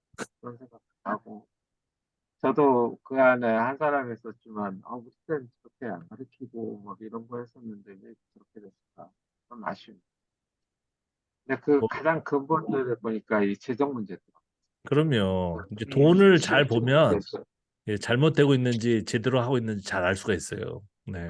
지금도 똑같아. 교육 재정 공개 않고, 예, 어쩌다 헌금 누가 했습니다. 그거 특별한 것만 기록해놓고 뭔지도 모르고 아무도 몰라요. 사실. 아이고, 그건 좀 심각한 그래서 건데, 참, 예. 예, 그래서 이거 뭔지 참 시골 사람의 순수함 때문에 제가, 제가 오죽하면 그런 얘기를 했어요. 사람들이 너무 순진한 기독교인이 많으면 안 된다. 근데 순진한 큰일이네요. 것보다는 빚이 너무 많네요. 제가 여러 교회 경험했지만 몇 억선에서 이렇게 되는데 네, 굉장히 많네요.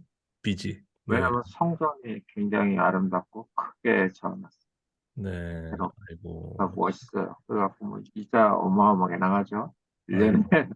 1년에 몇 억씩 이자 나가요. 뭐 이것저것 이렇게 정신이 없어요. 그래, 뭐 제 친척분도 좀 빚이 제가 알 때 70 몇 억 있었거든요. 지금 네. 한 100억은 됐을 것 같아요. 당기는. 그것도 좀 마음에 안 들어서 아마 저희 어머님이 아시면 거기 다녀라 할 텐데 저는 못 다닌다고 하실 정도인데 아예 얘기했다. 참 그래요. 그래서 그 저희 전에 다니던 교회도 그냥 그 순종파들이 많으셔가지고 서울인데 그래가지고 담임 목사님을 너무 떠받드니까 이분이 처음에 그 시골에서 오셨을 때는 굉장히 순박하셨었거든요. 근데 점점 그 권위적으로 바뀌더라고요. 그리고 헌금 그 강조를 너무 많이 하셔가지고 그 저희 장모님도 헌금 잘하시는 분인데도 하기 싫다고 너무 자주 헌금 얘기만 하니까 성경 말씀을 듣고 싶은데 헌금 강조만 해가지고 아주 짜증난다고 그냥 11조 안 하겠다고 하시더라고요. 오늘 듣고 보니까 굉장히 좋았어요. 그냥 방향이 어떻게 세워야 될지, 무엇을 해야 될지, 그리고 네. 교회가 좀 바뀌었으면 예, 서울이나 시골이나 별 차이가 없을 정도로 많이 물들어서 그나마 순수한 사람들이 있어 좋긴 한데 순수하다는 게 요즘에 보면 잘 알지 못하는 그런 생각이 나요. 이미 그런 이제 사람, 11조를 하시는 게 굳어져 가지고 이렇게 잘 성경을 펼쳐서 알려드려도 그 들리지가 않아요. 네, 그렇더라고요. 아쉽네요. 그냥 목사님을 하나의 그냥 시처럼 생각하고 그런 거 봤을 때, 그런 게 아니고, 기자도 같은 사람이다. 실수할 수도 있고, 모를 수도 아멘. 있다. 무슨 소리 하느냐고 하는데, 제가 좀 아쉽긴 하더라고요. 수사한다는 건 마음에 들지. 뭐 기도해야죠. 대부분 그런 교회는 이제 빚을 못 갚게 되면은 그 다른 사람한테 넘어가든지 판매를 한다든지 좀 안 좋은 쪽으로 갈 수도 있거든요. 그런데 이제 그 다행인지 불행인지 모르겠지만 신자들이 막 헌금을 많이 해가지고 거기를 이제 다 돈을 갚을 수도 있지만 대부분 제 경험으로 보면 그 정도 되면은 신자들이 다 교회를 떠난 이후이에요. 다 그냥 돈으로 그냥 진이 빠져가지고 낼 거 다 내고 그리고 가난한 상태로 이제 다른 곳으로 그냥 옮기거나 이사를 하거나 뭐 교회를 옮기거나 그런 좀 안 좋은 쪽으로 가더라고요. 그래서 그 담임 목사님이 만약에 제가 그 교회 담임 목사라면은 그걸 처분할 것 같아요. 처분해서 일단 빚을 줄이고 다 못 갚더라도 그리고 이렇게 조그만 교회 상가 교회로라도 가서 그때부터 회개하면서 예? 이제 내가 너무 욕심을 부렸다. 이제부터 안 그러겠다. 이렇게 하면은 하나님이 기뻐하실 것 같아요. 네. 성전도 또 두 개, 네, 구성전이 있고, 네. 거기가 안 되니까 새로운 땅을 사서 크게 짓자. 구성전도 굉장히 크거든요. 근데 아이고, 그 참. 사람들한테는 그 얘기를 했죠. 얼마든지 빚 갚을 수 있다. 저 구성전을 팔면. 네, 그 구성전 팔릴 일이 지금 몇 년이 지났지만 아무 기사도 없는 그렇죠. 그런 부분들. 옛날 그냥 같으면은 이제 교회에 들어올 사람이 많았는데 요즘은 교회에 그 사람 그 구매자가 많이 없어요. 네, 그래가지고. 그래갖고 저기 또 다른 교회에서 하겠다고 했어요. 네, 그, 네, 그랬는데 교회이기 때문에 안 된다. 우리하고 경쟁. 바로 어떻게 거기다 놓고 또 교회를 거기다 세우느냐. 그렇죠. 그래갖고 또 그거는 안 됐다고 하더라고요. 계약이 유일하게 문의가 들어온 곳이 교회인데 아, 그러다 경쟁 교회가 신천지가 산다고 합니다. 저희 동네 저쪽에는 그 큰 교회 성전 지어놓고 빚이 너무 많아가지고 그 감당 못 하는데 그 신천지가 샀어요. 신천지가 돈을 많이 줘가지고. 근데 그거를 신자들이 몰라요. 신자들한테 알리면은 큰일 나니까 그냥 싹 팔아버렸어요, 그냥. 네, 그러면 안 되는데 그 과욕한 게 그 발단 자체가 문제가 있는 거죠. 네. 그냥 구성전이면 어때요? 거기 그 사람들 이렇게 오순도순 모여가지고 이제 남는 돈 있으면 그걸로 좀 서로 도와주고 그럼 지역 사회에 기여하고 그러면 되는데 나는 좀 허름한 건물이 더 좋던데 왜 그런지 모르겠어요. 새로 지은 건물은 막 냄새 나고 사무실도 아니고 막 그래가지고 별로 애착이 안 가더라고요, 저는. 거의 진짜 무슨 연주 홀같이 졌어요. 네, 높고 넓고 편한. 근데 정말 뭘 어떻게 해야 될지 교육가 이래야 될까? 한쪽에서는 진짜 허리 굽어가면서 농사일을 하신 분이 많잖아요, 지금. 그러니까요. 그러면서 먹을 것도 별로 없는 사람인데 그 열심을 내갖고 여기다 헌물하고 뭐 성공하고 이렇게 하는 거 보면 또 와서 또 나이 드신 분들 봉사하고 대부분이 지금 60, 70대인데 젊은이들은 거의 별로 없고 저 왔는데 제가 거의 막내 정도 돼요. 그러니까 이거 어떻게 해야 되지? 좋으시겠어요. 그 막내시라서. 알쓸 필요는 없어요. 일을 많이 해야지. 제가 아무 일도 안 난다고 그러고 하도 미안해서 그냥 설거지나 시켰어요. 잘하는 게 없고 그것만 하면 네. 될 것 같으니까 설거지 지난주부터 시작했어요. 어쨌든 뭐 그분들은 순수한 마음이시니까 이제 잘 그렇게 뭐 되기를 기도해야죠. 뭐 방법이 없어요. 제가 그 돈 문제는 잘못 꼬이면은 방법이 없기 때문에 그 전에 그 일을 저지르는 사람을 잘 막아야 돼요, 진짜. 네. 에휴, 밑에서 잘 찬성을 했어갖고 위에서만 밑에 사람은 잘 모르더라고요. 또 나중에 이제 빚이 어떻고 어쩌고 이제 감당하기 좀 쉽지 않은 그 음, 이자가 어쩌고 어쩌고 해서 그걸 내자 해갖고 사람들이 열심히 일해서 내야 되는 상황 같아요. 대단하시다. 진짜 그 얼마나 그 순수한 사랑으로 참 일을 저지르는 사람 따로 있고 하여간 뭐 잘 해결됐으면 좋겠습니다. 하여간. 네, 어쨌든 그것도 저도 그렇죠. 여기 얼마 네, 있을지 모르지만 네. 좀 아쉬운 부분이 너무 많았어요. 잘 안 들려요. 설교를 하시더라도 제가 예배 시간에 생각하면 너무 답답해요. 그렇죠. 마음이 왜 이렇게 했을까? 설교는 막 무슨 대단하게 이야기하는 것 같지만 말만 했나 이 사람도 또 그런 생각이 말만 하는 사람 너무 많아졌어요. 하여간 잘 되기를 저도 기도하겠습니다. 예, 우리 네, 김성환 오늘 선생님, 심정에 네. 대해서 알아서 참 감사했고요. 아는 거는 굉장히 중요한 거예요. 근데 이게 아는 것과 모르는 것은 진짜 중요한 것이고 그 상황이 좀 우리가 구조적으로 어떻게 바꿀 수 없더라도 잘 알고 있으면은 또 거기에 대해서 우리가 또 대처할 수가 있는 또 길도 생기더라고요. 네. 근데 전혀 모르고 있으면은 그냥 여기 갔다가 저기 갔다 하면서 거기 이제 동조를 하게 되니까 그게 이제 나중에 후회가 많이 되더라고요. 네.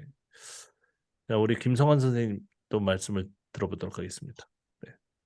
네. 그 제가 사실은 이제 마지막 교회 사역할 때 어, 이제 그 지방이라고 이제 지방이라고 얘기를 할게요. 지방에 있는 교회에서 전도사 1년 사역했는데 네. 그 제가 담임 목사님을 감히 이런 말씀 드려도 되는지 제가 담임 목사님을 감당할 깜냥이 안 돼가지고 1년만 하고 이제 나왔어요. 못, 나왔는데 이제 네. 지방이다 보니까 네. 그 뒤로 또 제 앞으로도 그렇고 제 뒤에도 그렇고 그러니까 몇 년 동안 전도사가 없다고 뭐 그런 얘기도 듣고 해서 이제 했는데 여전히 저도 이제 저도 깜냥이 안 되고 로뎀나무 아래서 저도 죽여주십시오. 저도 뭐 별반 다를 거 없습니다. 1년 하고 이렇게 나왔는데 그 뒤로 이제 또 몇 년 흘렀는데 또 계속 전도사가 없대요. 그래서 그 교회를 다시 찾아가서 2년 동안 어, 그 교회를 섬겼는데 아니, 그때는 이제 사실 필요가 맞았어요. 이제 주중에 네. 이제 영어 가르치는 일을 하면서 이제 해야 됐기 때문에 그 교회는 지방이니까 이제 사실 주중에는 이제 그냥 주말에만 이제 사역하면 되는. 어쨌든 근데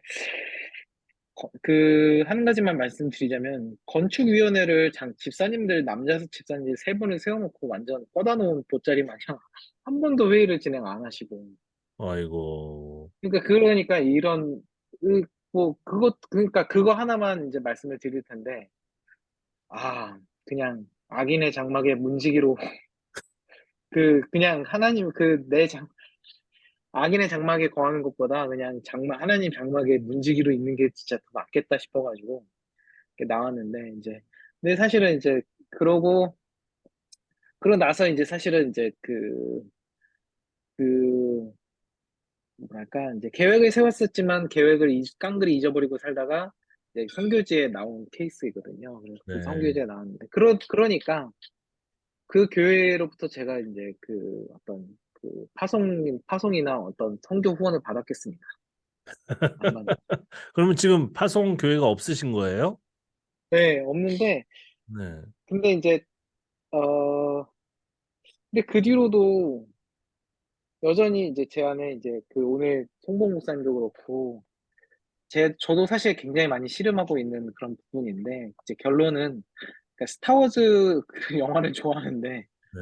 근데 중간에 4편인가부터는 제국의 반란 뭐 이렇게 해가지고 이제 나오는데 네. 포스트 모더니즘 이 사회 현상과 관련해가지고 저는 이게 굉장히 포스트 모더니즘이 굉장히 성경적이라고 보는 게 근데 예수님도 근데 이제 예수님도 근데 가서 싸우고 그러진 않으시고 그냥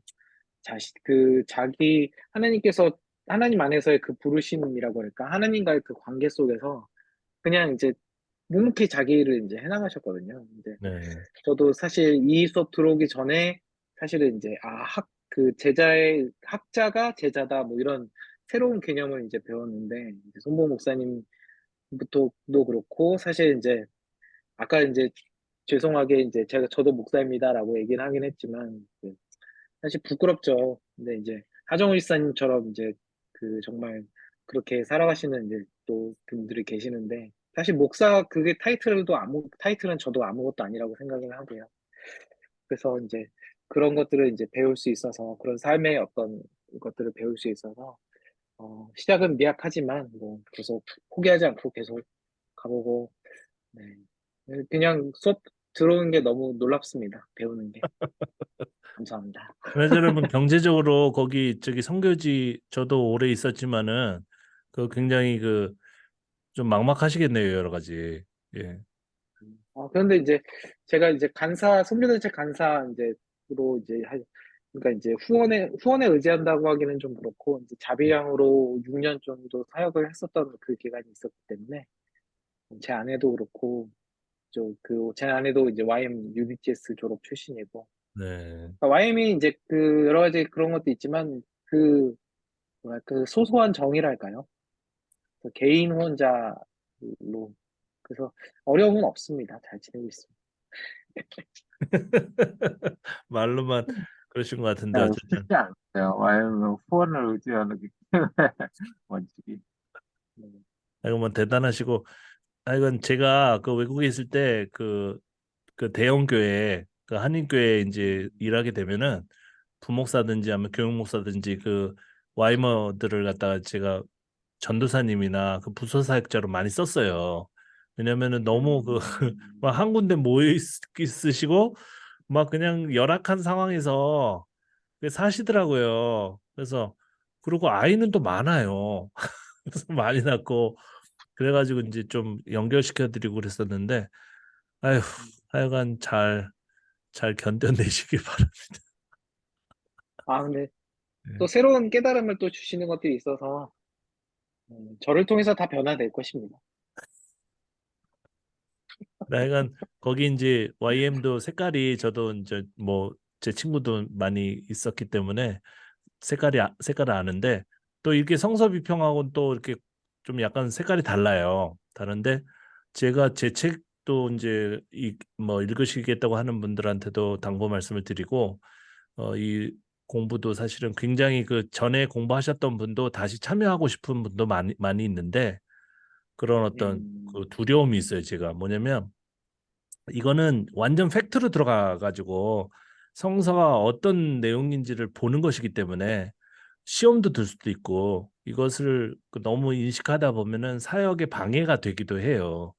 그런데 이제 음, 처음 단계는 나중에 이제 융합되는 단계가 되기 전까지는 그냥 이건 공부다.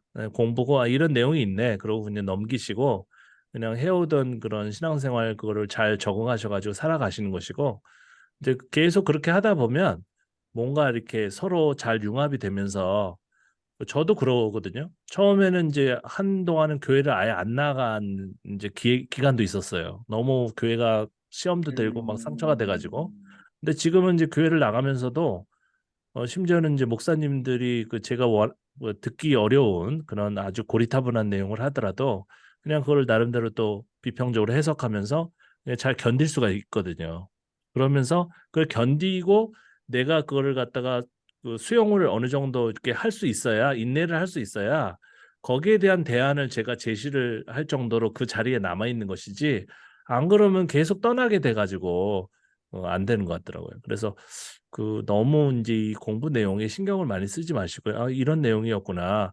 이런 내용도 있네. 그러면서 이제 잘 기록만 해 놓으시면은 나중에 이제 뭐 사역하시는데 또 삶을 영위하시는데 좀 도움이 되실 것이라고 제가 확신을 합니다. 저도 그런 여정을 거쳐왔기 때문에 예, 지금도 뭐 그 저희 동기들하고 한때 안 만났었어요. 아예 연락을 저한테 해도 제가 그냥 끊어버리고 그랬었는데 지금은 제가 이제 그 교회도 놀러 가고 뭐 놀러 가서 이제 물론 이제 농담 반 진담 반 하면서 잘 먹고 잘 살고 있구나 그렇게 얘기하고 있지만은 제 책도 좀 읽어보라고 뭐 제가 사주기도 하고 그러면서 이제 조금씩 영향을 서로 받으면서 친구가 많이 바뀌어요. 친구들이 바뀌면서 그 교회가 정말 나쁜 쪽으로 갈 수도 있는데 이 어떤 성경의 원래 팩트를 아는 것과 모르는 것의 차이가 있기 때문에 그것 이제 제가 전달한 그 내용이 조금씩 영향을 뭐 싹을 틔우는 것 같은 그런 것들을 보게 됩니다. 그러니까 너무 그 큰 뭐 이렇게 임팩트를 가지실 필요는 없지만 이것을 알고 그 삶을 통해서 사람들한테 자꾸 제시했을 때 그 사람들이 이제 은연중에 그 영향을 받아가지고 더 좋은 길을 같이 이렇게 모색하는 쪽으로 가면 좋을 것 같습니다. 네.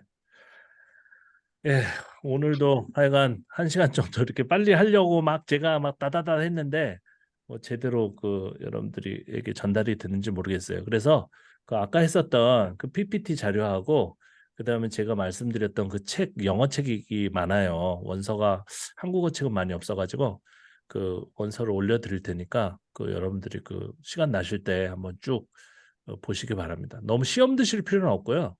항상 이렇게 신앙하고 지금 우리가 배우는 이 팩트하고 이렇게 자꾸 이렇게 싸우려고 이렇게 하는 경우가 있는데 그럴 필요는 없고 이 신앙은 이제 오랫동안 내가 가지고 있었으니까 그냥 계속 간다. 하지만 요 내용도 있구나. 그러면서 이제 학습하는 개념으로 뭐 학교에서 공부하는 식으로 그리고 우리가 또 신나게 놀잖아요. 그런 것처럼 이렇게 뭐 서로 이렇게 싸움을 붙이지 말고 잘 이렇게 융합해서 가면 좋을 것 같습니다. 네. 기도 많이 해주시고 하여간 우리 하정원 선생님 그 출석하시는 교회를 네. 위해서도 저희 가족이 또 모여서 기도회를 할 때 좀 교회가 아, 큰 바뀌든지 걱정은 하지 마세요, 목사님. 아니 뭐 어차피, 누구라고 얘기를 구체적으로 하진 않습니다 저희는 그런데 아니, 하여간 그게 아니라, 네. 이게 큰 걱정은 아니라고요. 목사님, 저한테.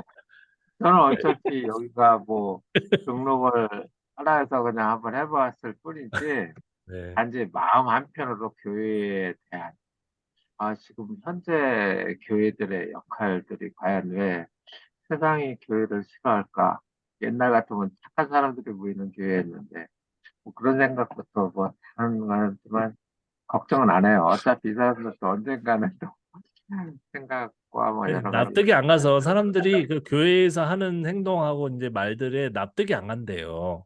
안 믿는 분들 만나가지고 이제 성경 얘기하면은 예, 도대체 왜 저렇게 하는지 모르겠다고 그러시더라고요. 네. 그 특별히 이제 그거 있잖아요. 요즘에 크리스천들이 말만 하니까. 그렇죠. 네. 사실은 행동으로서의 누가 뭐라든 올바른 행동과 남을 위한 배려 뭐 이런 것들을 자연스럽게 해나갔다면 교회에 대해서 그렇게 변하진 않았을 것 같아요. 그렇죠. 이상한 말 하지 않고 교회에 대해서. 아휴, 그렇지 않고 말로만 뭐 착하게 살아야 되고 뭐가 어떠고 했는데 나중에 보니까 정말 반대로 살고 있으면서 교회 안에서만 나와. 상담 배울 때 그랬죠. 교회 가면 가면수선에 너무 많다. 그걸 인정하고 이렇게 해야 된다는 그게 좀, 에이, 설마, 그러겠어 했는데, 지금 그렇죠. 저 설마. 안타깝죠. 우리도 뭐 완벽한 건 아니지만 어느 정도 다른 사람이 봤을 때, 저 사람은 괜찮다. 저 정도면 납득이 간다. 그 정도의 행동만 해도 그 교회에 사람이 많이 올 것 같더라고요. 제가 요즘 다니는 교회에서 그런 걸 많이 느껴요. 그러니까 뭔가 이렇게 좋은 게 없는데 그냥 좀 납득이 가니까 저희도 계속 나가게 되더라고요. 네. 그것도 괜찮은 것 같아요. 일부 사람들 만나서 좋은 사람도 있긴 있더라고요. 그렇죠. 저하고 비슷한, 시켜갖고, 사업 다 내려놓고, 조용히 혼자 있고 싶다. 뭐, 그런 분들도 만났고, 저보고 왜 왔느냐, 뭐, 이런 얘기 물어요. 저 똑같다고. 지치고, 피곤하고, 힘들고 해서, 조용히 살고 싶다. 아니, 주변에 사람도 없는, 주변에 있는데 의지하고 싶지 않다고. 어차피 사람 의지해봤자 똑같다고. 또 이건 제가 해결해야 되고, 견뎌내야 될 문제이기 때문에, 이런 그렇죠. 시간이 부럽다고. 너무 웃더라고요. 자유하고도 똑같고, 그분도 이제 신자원 졸업하고, 사역을 하고 막 하는데 너무 쏟다 보니까 지쳐갖고, 다 내려놓고 쉬고 싶다고. 그러면 집으로 데려와서 그런 분들, 아, 잘 됐다. 이런저런 부럽습니다. 얘기. 좀 부러워요. 저도 이렇게 혼자 어디론가 네, 편벽한 곳에 시골로 가가지고 혼자 살고 싶은데 저도 예. 아, 절대 그러지 마세요. 가족과 함께 사는 게 최고입니다. 그냥 저 같은 경우 어떻게 보면 작정하고 이렇게 내려온 거라, 얼마 있을지 뭔지 모르지만, 어, 그냥 우연찮게 저한테는 잘 맞는 것 같아요. 제가 옥상에다가 뭐 토마토, 수박, 가지 뭐 여러 가지 심고, 어, 그 커가는 재미, 네. 나무가 심겨져 있는 것들 이렇게 보면서 열매를 보는 거 너무 재밌어요. 그러고 그리고 거기에 대해서 기르는 방법도 인터넷 찾아보고 뭐 이렇게 해서 또 알게 되고 그런 게 부럽잖아요. 그러니까 그런 말씀하시니까 더 가고 싶잖아요, 근데 제가. 서울 분은 쉽지 않다는 거. 저도 그 농사나 이런 걸 전혀 해본 적이 없어갖고 아, 그러세요? 처음 거예요. 네, 그리고 이제 묘목 하나 조그만 거 사서 그게 네, 커나가는 과정이 날마다 보면서 너무 신기한 거예요. 그리고 일을 하면서 힘들 때마다 와, 농부들이 이렇게 고생을 많이 했어? 그런데 사람들은 그것도 비싸다고 한다. 당신 같으면 이거 하겠냐? 이각 받고? 나는 절대 못 한다. 당신도 아마 못 할 거다. 이거, 저기, 완전 무슨 시간당 뭐 몇천 원, 만 원도 안 되는 돈, 그거보다 몇 배 힘들거든요. 때 그렇죠. 앞에서 막 그렇게 힘들고 하는 거 보면은 다 허리 휘고 안 아픈 데 없고, 나이는 70 가까운 농부들도 많아요. 80, 90대는 농부들도 있어요. 그래서 지나가다 보면 깜짝깜짝 놀래. 근데 일은 진짜. 엄청 잘하시잖아요. 그런 할머니 할아버지들이. 네, 네, 너무 잘해. 그러니까. 너무 많이 알아. 경험이 많으니까 네, 저한테도 그래. 그건 그렇게 키우지 말고 이렇게 키워야 벌써 열매도 많이 열리고 뭐 이렇게까지 알려줘. 그러니까. 근데 그게 진짜 노하우잖아. 네. 아니, 저는 아쉬운 뭐 건 아이들이 다 대학생 되고 그냥 집에 없어요. 없고 그 와이프는 자꾸 이렇게 잔소리하고 그래가지고 그냥 제 꿈이 그렇게 시골에 내려가가지고 조금 이렇게 오이 같은 거 키우고 그리고 성경책 오이 너무 재밌어요. 진짜. 오이 너무 재밌어요. 진짜. 오이만큼 그러니까 재밌는 거 없어요. 그러니까요. 아 자꾸 토마토는 성격이 급해서 안 되고요. 방울토마토도 한 5개 심었는데 너무 성격이 급하다 보니까 너무 더뎌요. 익는 속도가. 그리고 한 번에 다 익는 것도 아니고 원 가지에 붙어 있는 것부터 가까울수록 익어가는 거. 순서도. 안 따면 터지고 그때그때 따야 되는. 저 네. 토마토가 뭐 한 번에 왕창 따갖고 이렇게 하는데 그게 안 했어요. 굉장한 양을 많이 심어서 한 나무에 두세 개씩 따는데 나무가 많으니까 많은 거예요. 그걸 모르고 한 5개만 심으면 충분하다 했는데 전혀 안 했던 거예요. 하여간 제가 그 어느 날 갑자기 짐 싸가지고 갈 테니까 좀 재워주십시오. 여기는 잘 데도 없으니까 저 관리실에 혼자 땡땡 가지고 있는데 가겠습니다.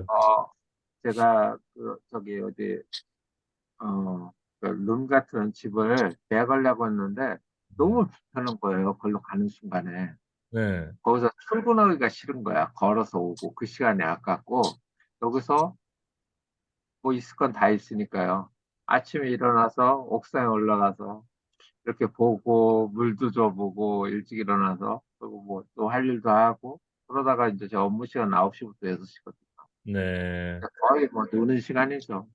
근데 요즘에 들어서 비가 좀 새는 곳이 건물이 있어서 네. 한 10년 된 건물이라 5층짜리인데 그래서 그것 때문에 일이 너무 바빴어요. 방도 네. 칠하고 앉아서 또 뭐 다시 하고 뭐 작업하다 보니까 네. 처음 됐죠. 여기 와서 제일 바빴던 2주간이었던 것 같아요. 아, 그래서 지금 이제 좀 되게 성경 됐어요. 이 모임도 쉬어가지고 좋으셨겠네요, 근데 좀. 네. 저한테 속으로는 이게 바쁜 줄 아셨나? 왜 갑자기 못했었지? 그런 생각이 자, 있었어요. 어쨌든 이 모임은 시간을 너무 길게 끌면 연장이 네. 안 되더라고요, 잘. 그래서 하여간 이거는 여기까지 예. 그 방울토마토 키우는 거 그런 것들은 이제 직접 가서 저희가 따먹는 것으로 하고 하여간 김성환 선생님 화장실 잘 다녀오셨습니까? 네. 아, 하여간 외국에 계시는 것 같지 않은데 하여간 잘 계시고 거기는 지금 날씨가 어때요? 저 한국은 비가 많이 오는데 가끔. 아, 태국은 늘 덥습니다. 아, 그러시죠. 비는 아, 많이 안 와요? 네. 저희도 우기를 지나고 있긴 해요. 네. 저희 아, 와이프가 태국에 갔었는데 태국은 진짜 먹을 게 너무 맛있다. 그래가지고 맞습니다. 예, 또 가고 싶다고 하는데. 네. 오세요. 제가 쌀국수 사드리겠습니다. 아이고, 태국 쌀국수는 베트남 쌀국수하고 맛이 다릅니까? 맛이 다른데 저랑 네. 같이 먹어야지 맛있죠. 아, 제가 사드리겠습니다. 네. 아, 저도 막 그냥 지금 일 다니고 알바에 이 학원 차려놔가지고 이 학원에다가 막 정신이 없어요. 그래가지고 지금 음, 중국어 그 수업 듣겠다고 신청하신 분도 있는데 제가 그거 시작을 엄두를 못 내고 있어요, 지금. 그래서 시간이 없어가지고. 예, 그리고 뭐 이 성경 시간 지금 오늘 스터디하는 거는 먼저 이렇게 계획을 짜놔가지고 뭐 괜찮은데 뭐 그렇더라고요. 그러니까 여러분들 모두 제 건강하시고 또 다음 그 네. 성경은 우리가 내유기 다음에 또 여러분들 한번 시간 나실 때마다 또 한번 고민해 보시고 또 질문을 올려주신다든지 뭐 바쁘시면 음, 그 문서로 이제 작성하시기가 어려우시면은 그 핵심 질문만 이렇게 같이 올려놓고 고민해도 괜찮을 것 같아요. 네. 이제 오늘 그 자료도 이 끝나고 저기 그 카톡으로 보내드릴게요. 네. 자, 건강하십시오. 네, 다음에 시금치 고맙습니다. 감사합니다. 사드릴게요. 감사합니다. 네.